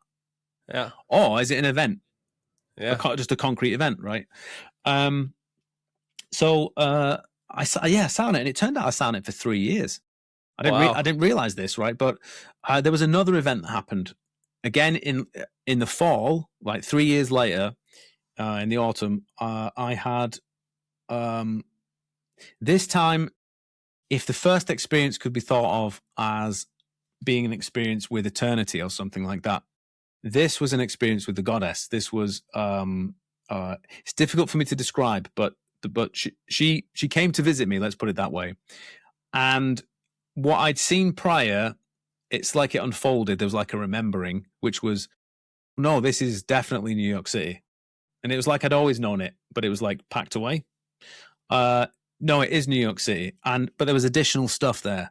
Now, I knew at that time that this experience was like, I now have to talk about it. Yeah. And I just got to the end of the Warp FM podcast series, and we were approaching the final episode. And it was timed just for then. And it was like, this podcast episode has been leading to me talking about this. Crazy. Right. So okay. So I talked about it, and I shared that vision on the podcast. But there were some details that I didn't share because I didn't know what to make of them, I should say. And it was difficult for me to understand. Part of this experience with the goddess involves also seeing a particular building in New York. And here's the element. This is why I stepped back from it, because I was like, I don't know what this is. Like, I know how it sounds. Yeah. But part of this image was it's a particular building in Lower Manhattan, and it was intentionally destroyed. With the impression of like as a result of breaking rules or something like this. Yeah. And right now, so if I said to you a building that falls down in New York, what do you think of? Obviously 9/11. Right. So I saw this thing, and it's like, how do these two things line up? I don't understand that. The first thing that I had, and now this. Anyway, it's actually been 3 years since I shared it on the podcast, and there have been further developments. Right. So and it probably explains why I sat on some of those details, but sometimes it can be the case where I'll have a vision of something, and it will be students or friends or people that I know that they will have something, or someone else will have some kind of experience, and they'll contact me, and then they will tell me things that they've seen or experienced, and it will confirm details I've got from a different angle, as if to say, now you know what this is. Like, you can't doubt it. Nice. Through associate or whatever. Look, I'm saying the same thing from a different angle, which discounts these other things. Yeah. Does that make sense? Oh yeah. Yes. So I mean, I won't go into the details because it's not my experience, but someone had a profound vision under very particular circumstances where they actually saw something happening in New York on 9/11 this year. And here's the salient part of the story was it was intentional. He saw it like he saw it as intent. Like the main part of it was he was in awe about what he was seeing and it being intentional, because it's the 25th anniversary of 9/11. Right. Now I already knew I had this detail about it being intentional. I'd never shared it with anyone because it's like I don't know what to make of that. Like what is that? Anyway, off the back of that, what this person told me, it made me reflect on what I'd seen, and then I thought, of course, like there is an economy in the symbolism of a building being brought down. What do you think of? A tower card, of course. And but I mean, like 9/11. You think? Oh, of 9/11, yeah. Oh, yeah, every time. Because obviously, I'm thinking like, well, if this thing is going to happen, when is it going to happen? Yeah. When will it happen? I had a prior experience where in 2011, I think it was in January, I had a dream where I saw an island, like an island nation, something like that, and I saw a nuclear explosion. But the weird thing was there was no blast; it was just the radiation. Interesting. Right? Yeah, and I woke up from this dream and I knew it was significant. And but it's like, what does it mean? And I thought, maybe is that Britain that I saw, like an island, whatever. Some students did some scrying, and they were like, "Oh, what we saw was like, it was like loads of water swirling around with debris in it." And I was thinking, well, I don't know how that's related to the dream. And then Fukushima happened. Wow. Right? Yeah. There's a tsunami, there's a swirling whatever, and there's a nuclear disaster, but there's no blast. Yeah, there's no blast. And the island was Japan. Yeah, crazy. Right. I mean, at the time I had that experience, I'm like, what is the point of this dream? Like, am I going to phone up Japanese government and say, listen, I had a dream? Yeah, exactly. Yeah. You want to listen to me? Explosion without the blast. No. What does that mean? Like, what does it even mean? What's the point of it? And like, I don't know, like, when is it going to happen? It seems like, and I've had lots of experiences with prophetic stuff. Mm-hmm. And so I know how you fall from it. Like you like there's a secret you never told, and oh my God, what secret do I have? Like, what's, you're trying to, what are you supposed to do with it? Well, there is well, looking back on it, let's put it this way. With development, with maturation, with growth, it becomes easier for this kind of thing to manifest. Let's put it that way. So I don't need to have a dream anymore. I can have a direct vision. Right. This is an example of it, right? A direct encounter with the goddess instead of having to go through mediate it with mediums, something or other, right? Yeah. Like I don't need to use drugs to access whatever. And it seems like there's this pattern that I can see. 6 years ago, there's the first vision. Then 3 years ago, there's the second one, and it's showing me how it's unfolding. Like it's coming up from up here. Now it's going to be down here, and these two things together produce a child. The event, right? The god and the goddess, and then the child, which we've already sort of touched on. Right? There's this pattern to it, and it's 3 years since the second one, right? And then out of the blue, I get this person who's saying these things that they've seen, and they were freaking out and all kinds of stuff. And then it's like, there's the economy of the symbolism. And then on top of that, you look at the conditions in the world, the situation in the world geopolitically, you look at what's coming, right? It's not a stretch, is it, to know that would serve a number of interests if there was some kind of attack on New York. And if it did serve interests, right, what better time to do it than on the anniversary of 9/11? Oh, yeah.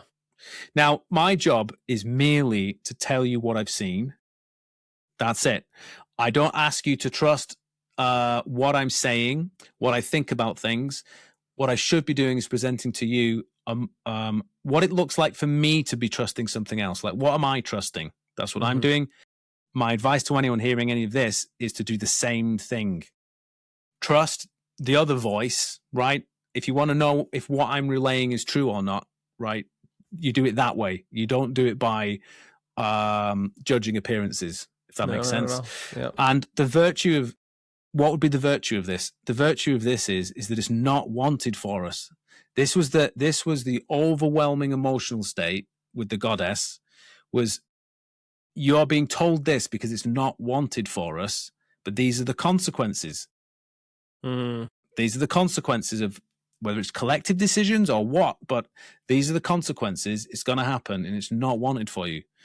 And it leans into this. I mean, it's been slow for me to get here, but it's like, oh no, maybe in the ancient world where they had oracles, right, where they had an actual institution, where this skill, if you like, is developed in such a way that actually it is possible to say what might happen or what's going to happen, and therefore how we should relate to what's coming, be prepared for it, what's coming down the pipeline.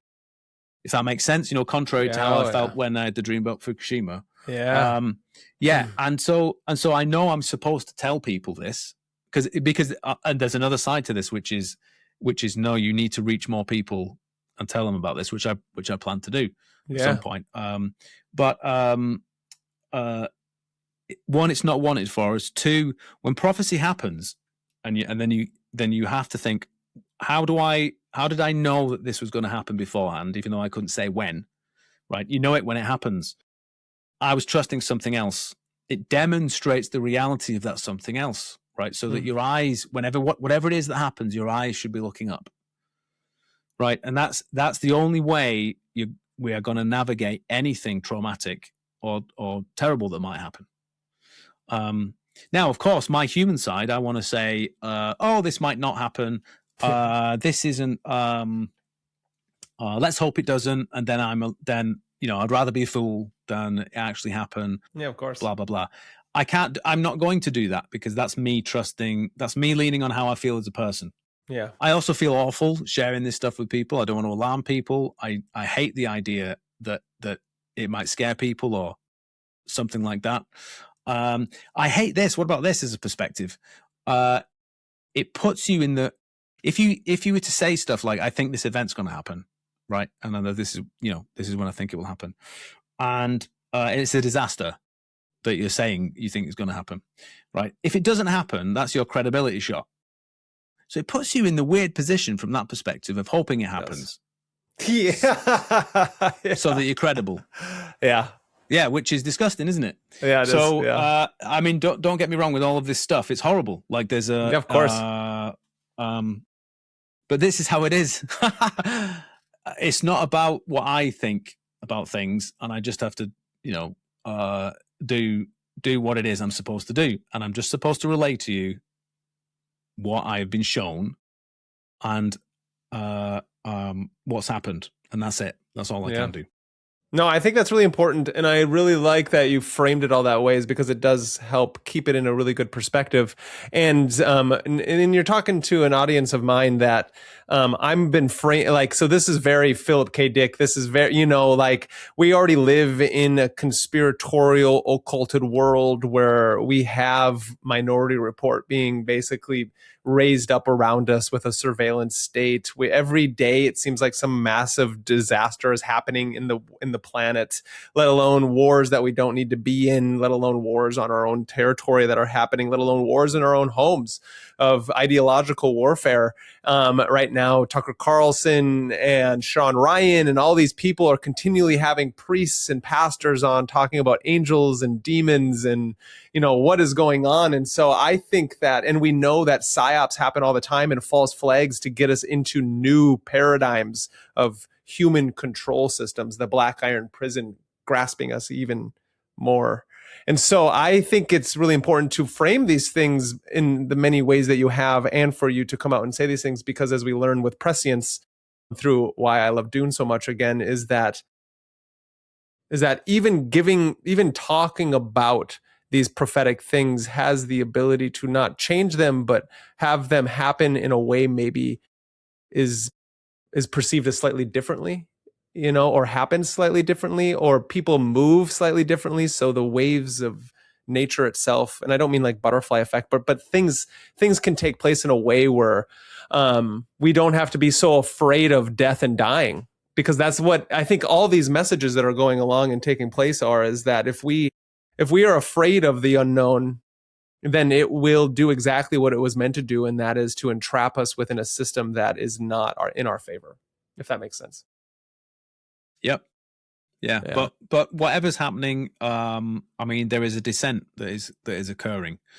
It was very marked with COVID, and we've been descending ever since, and that's how it is. But however, there's the choice is still the same. The choice is still the same. You're in the underworld. You're at the second death. What do you trust? I love that. Trust, regardless of what the appearances might be. Yeah. And it seems like that trust the gods or trust the shades is that like the shades are all around us. The NPCs and the shades can be almost simultaneous.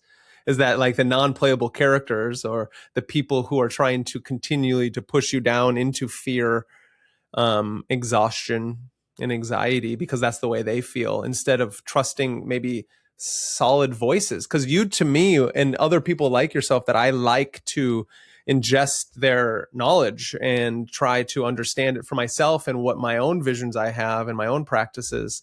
It seems like you are a voice a steady voice in an ocean of fucking normgroids, as a good friend of mine calls them, right? Like and like LARPers and snake oil salesmen, the occult community that I've walked into, like, right, I've lived in Boulder before, and I've lived in these cities where it's spiritually new age. You get in Boulder, Colorado, you get Dharma Ocean versus Shambhala, and there's this massive warfare between these two Buddhist sects, and then all of a sudden you get the new agey people who think they've reached some level of enlightenment or an awakenedness, and they talk about it all over the place, and they're trying to paint their faces with the colors of the things they've seen, and it's exhausting and it's disgusting. And now that I've been like podcasting and in this YouTube spheres, and talking to people, let alone people that I may disagree with or seeing on social media, it's that everyone's trying to sell you something. And what's nice about this is, if you can, with the ears to hear, it's like, you're not, even though you're a teacher and you have books and things, you're not trying to sell me anything. You're trying to help me. I don't have anything to sell. You don't have anything. That's what I'm saying. Even have a book out. That's what I'm saying. It's like an opportunity. Yeah, definitely. Yeah, you're missing that course that you could be putting out there right now. And I find it so fascinating is that there is something going on, and we all know it, and it's not even hiding anymore. AI, aliens, Epstein. Like, we can't get a Trump and whatever, even though he's just a symptom of this bloodline thing that's been going on for a very long time, of people trying to keep us locked in some Hegelian dialectic as we all fight each other, as they go create another fucking island, as we heard from Ivanka Trump the other day, as her and Jared Kushner are going on another island adventure, and it's going to be okay because we're like, it's so beautiful. But it's like, I pander on, but it's like such a fascinating world we live in. And I think that's why the magical worldview and the like the occult perspective is important, even though there's so much nonsense in it, is that there is something hidden going on, and that there are ways of witnessing this happening. And if you have a certain kind of praxis and experience in that praxis, then you can maybe find a way of balancing and finding harmony in the chaos. And I think that's really important in this day and age, and that's something I'm trying to help people with. Yeah, I would say as well, just to bear in mind that it's not going to be wrestling with other people's shadows. It's wrestling with it's traveling through your own. Yeah, I completely agree. Because obviously. Fighting with shadows, other people's shadows, ain't gonna get you far. It's not. No, and I completely agree. And that's something I always say with people is like on my show every day, whenever I'm, multiple times a week, is I'm all like, as much as you hate the tyrant out there, technically all that hate should be directed at the tyrant in here. Is that like, we need to understand the only way that you can battle demons on the outer world is to make sure that you put your own demons in check and know that you can be a monster, and then find the courageousness to put that monster at bay, so that then you can use the sword, wand, cup, and discs in a way that is a benefit towards being as such. So I find that, I think that's important. One of my last questions as we're rounding into this third hour here, Alan, this has been a fantastic conversation, and I appreciate you so much for being here with me. Is something I always want to ask people of your ilk, because I feel like we're very similar in this way, is like, what is it with the fucking Golden Dawn people and all the people who hate Aleister Crowley and they want to put him into a box like they understand his work even though they haven't read it? Well, I mean, he published all of their material, which they probably don't like. But so did Rigardi. Well, it was someone else's, wasn't it? It was he went to Dion Fortune and published all that. Yeah. I mean, the thing about Crowley is he joins the Golden Dawn. He gets training from the best people there outside of the curriculum. He learns very quickly. He masters astral travel very fast, and then he wants initiations faster, because he's, but he's the only one. He's one of the only ones there that's taking the teaching seriously. It's worth mentioning that the Abramelian working, as he called it, but the use of that preliminary invocation, that old Alexandrian spell, that wasn't part of the curriculum. Yeah, they weren't doing that, were they? No, it wasn't part of the curriculum, and no one else had done it. So he goes off and he does that. Now, another confounding factor here is like as to why, like they were all messing with demons. They were all messing with demons constantly, right? Sending demons at each other, is that crazy? Cursing each other, and so you know, I mean, Mathers loses his mind. I mean that story with Alan Bennett, who's like the best magician in the Golden Dawn, who trains Crowley and lives with him for a bit. He later goes on to become a Buddhist and a Buddhist pioneer, and he brings Buddhism to the West. But he was telling Mathers about how if you repeat the Shiva mantra, the aim of it is supposed to be, if you repeat it enough, that the universe is destroyed. Yeah. Right? And in this conversation, Alan Bennett closes his eyes and starts repeating the mantra. And Mathers points a revolver at his head and threatens to kill him if he doesn't stop. Right now, in Mathers' mind, though, he's convinced that there's a demon, like in Bennett, Alan Bennett, and because he's in a completely different, he's in his own reality tunnel as a result of messing around with demons. Anyway, there's loads of stories from there, but it's like Crowley's he's trying to go around the organizational structure. He's trying to go around people. He's trying to claim grades that they think he's not. He hasn't spent enough time, to get to where he's wanting to be, and yet he has the competence.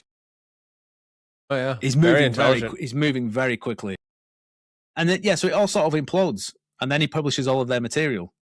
Yeah. So I mean, that's probably why. I mean, there is this thing where, and I don't know if these people that you're mentioning, whether or not they take this view, which is false, but Israel Regardie, he did publish the Golden Dawn material. You're right. Yeah, sorry, I was thinking. Yeah, he joined an order and then published all of their material that was supposed to be secret. Black Book. I thought he was referring to that. Sorry. Yes, no, he did then collect the Golden Dawn material together and published a book. But what he did was he took the Baldness ritual, or rather, by this point, it was Liber Samek. Crowley had developed it. He took Liber Samek, and then he took some other Golden Dawn material, mashed it together, and then gave the appearance that there was a curriculum where there wasn't one involving the Holy Guardian Angel and the Golden Dawn material. So, and even like William Breeze of the OTO thinks this is true. It's in his book, like it's pervasive. Everyone thinks this is true. And unfortunately, it's not true. But I don't know if that will inform people thinking, he's just ripped off the Golden Dawn. Right. Crowley ripped off the Golden Dawn, tried to go around the whole system, ripped it off, published all of their material, pretended it's his. But it's just not true. Yeah. Yeah. And it's fascinating that they get so mad for me in many ways. I have many thoughts on it just because of my interactions over the last year with a lot of people. Right. Is that, is this online? Is this online? Yeah. It's a lot of online stuff. Yeah. Dude, online stuff is like digital Hades. I call it digital Hades. It's just shadows being played out with each other. It's just drama. It's crazy. Yeah, and that's nice. Anyway. I stay away from most of it. I live outside of town. Everybody else this is nice. It's like, and that's why then I bring certain people on and do my interviews, is because I feel like I'm trying to get to exactly what you're talking about, this, the silent knowing, whatever is that eternal thing. And I'm trying to help spread. I'm in The Invisibles, and Grant Morrison's The Invisibles, he talks about it as anti-propaganda. It's like, I feel like there's so much propaganda in the world. I'm trying to spread my own anti-propaganda to help balance this out. But it's fascinating is because the Golden Dawn itself was created based upon a bunch of papers and maybe lies and maybe truths of rituals from the Freemasons, from those, Westcott, and all them. And so Mathers and Wooldridge. And so it's like, it's fascinating how the cycle continues. And then you hate the person who's moving the progression forward and these aeons. And my friend Jin, that I do stuff with, he and I talk about all the time how it's like, I don't want to get stuck within the bathhouse or the longhouse. And those two terms meaning, like, I don't want to get stuck in the longhouse of like the Abrahamic traditions or the bathhouse of the matrilineal traditions. It's like, let's move forward because we are in a new aeon and we need to progress forward and not get stuck in paganism, animism, fucking these Christian traditions to the goddess worship. And there's something else going on. And it doesn't mean, and I think you've said this, I like it how like we have to take from the traditions of the past as we move forward and progress the magical traditions into the future. And that's how new aeons unfold into the Aeon of Horus, or as Jin likes to call it, the Aeon of the daughter, you know, and the daughter waking up into the whole fullness of things. And so it's just such a fascinating thing. This whole world that we live in and magicians fighting each other. And I think losing the plot when really we're supposed to be working together and fight against the Black Iron Prison itself, which is then the tyrant empire of our own heart. Because as Philip K. Dick says, once you try to defeat the empire, you may become it. And so I think that's a really important thing to remember. Yeah. Don't wrestle with shadows, grow what you care about. Yeah. I love that.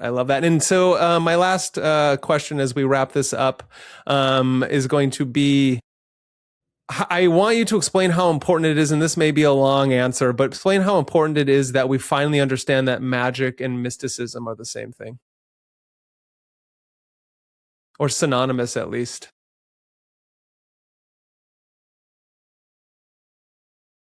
I mean, I don't know if it is important. I mean, it is. Yeah. It's difficult to say. So what can I say? That what is it that you're interested in is a question that people need to ask themselves. Like, what are you looking for? Now, it's totally fine that people are not looking for following that silent knowing that I talked about. They're interested in, you can be interested in something that looks magical or mystical for other reasons.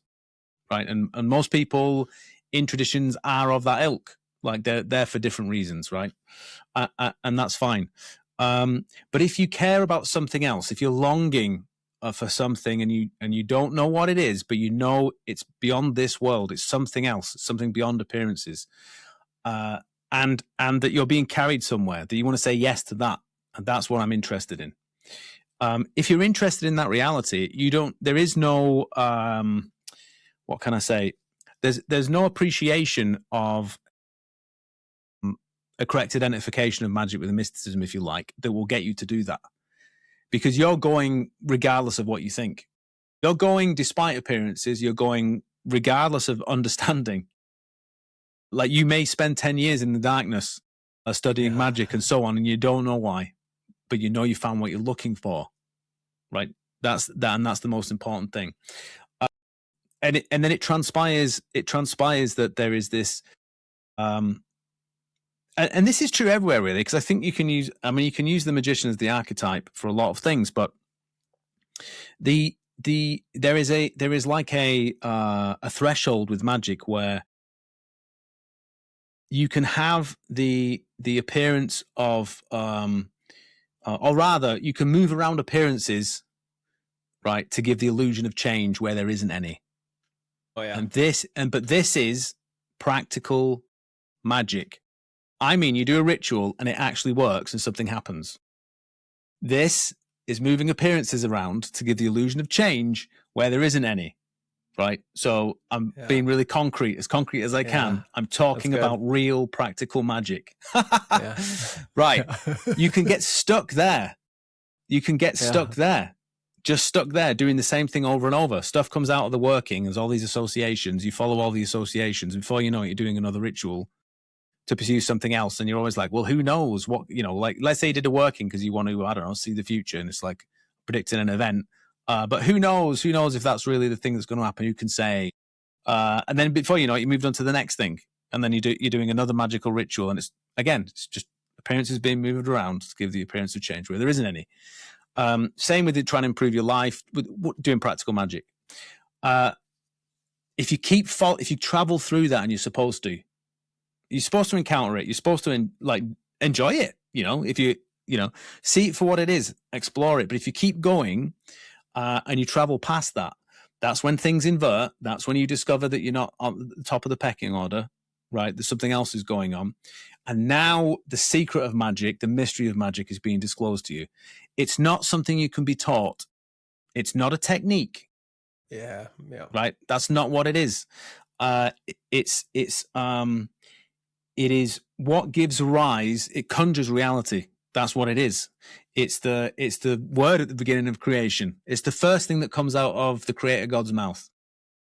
And it's something that you become. It's something that you become. And you see this in the biographies of magicians who have walked this path that I'm talking about, and you see it towards the end of their lives, where ritual stuff and that kind of thing drops away, and they become the magic. And I'm not saying that in some wishy-washy, euphemistic, like a metaphor for, I mean literally the through them something acts in the world, right? And it's a degree of magic that I mean, it makes engineering a synchronicity look laughable. Yeah, let's put it that way. And that's the path. That's the path. So you can have this practical magic, and it's fine if you want to stay there, and it's fine if you're even there not even for the magical results, because you like dressing up as a wizard or a witch or whatever it is, right? And it's not for everyone to cross that bridge, right, to get to discover what the mystery is, which is also fine. But I use the word magia to not only include that practical stuff, but more so to include the rest of it, right? The full expression of an putting into words what the path is, and then in the end, it's not me that put it into words. It did it itself. Yeah. Once I got out of the way. So that's what magia is. Oh, that's beautiful. That's a great way to end this wonderful talk. It's basically saying it's time for us to get out of our own way. Alan, where can the people find you? barbarouswords.com. Beautiful. And anything, that's it right there. Go to barbarouswords.com. Yep. I know you have a Substack. You got books out there that they can find on Amazon. You got other things going on, but Barbarous Words is the place to be to find Alan Chapman and his great work. Yep. All the recordings for the Magia retreat are available on there for free. There's lots of free talks. There's more work that I did after that I've recorded, like the Ghost Ship talks and so on. All the podcasts I've done with Duncan. The Auto Magia portal. Paul, it's a link, and then you email me. I mean, it's not portal. That's there, and it's all there, and all the books I've written, they're linked there. So okay, great. Well, I thank you for coming on. This was fantastic. I've had a great time. I hope you've enjoyed hanging out with me today. And I definitely good. I hope so. And I definitely want to have you come back on to talk in the future if you are willing. Sure. And the more things you do, the more ideas I have. I think we got to continue this conversation because it's really important, because we are in an age of chaos. And the only way to, I think, kind of counteract that is with the act of creation, as you're talking about, and at the same time trying to get out of our own way. And so, everybody out there, make sure you go support Alan and all he's doing, because that's the only way we can truly help battle the Black Iron Prison. And all these crazy things that is going on is by making sure our intention and awareness is being put in the places that are helping bring truth, light, beauty, and the good to this world. If you haven't already, as I say always, make sure to subscribe, like, and share to MagusintheMedia. Make sure you support Alan, Barbarous Words, all his great work that he's going on. This has been a fantastic day. I hope everyone out there in the world understands that if you are listening to this, you are not alone, but you have to make sure that you will go it alone as you are going through all those great and courageous events that you will go through in your life. I hope everyone has a beautiful day, and good night.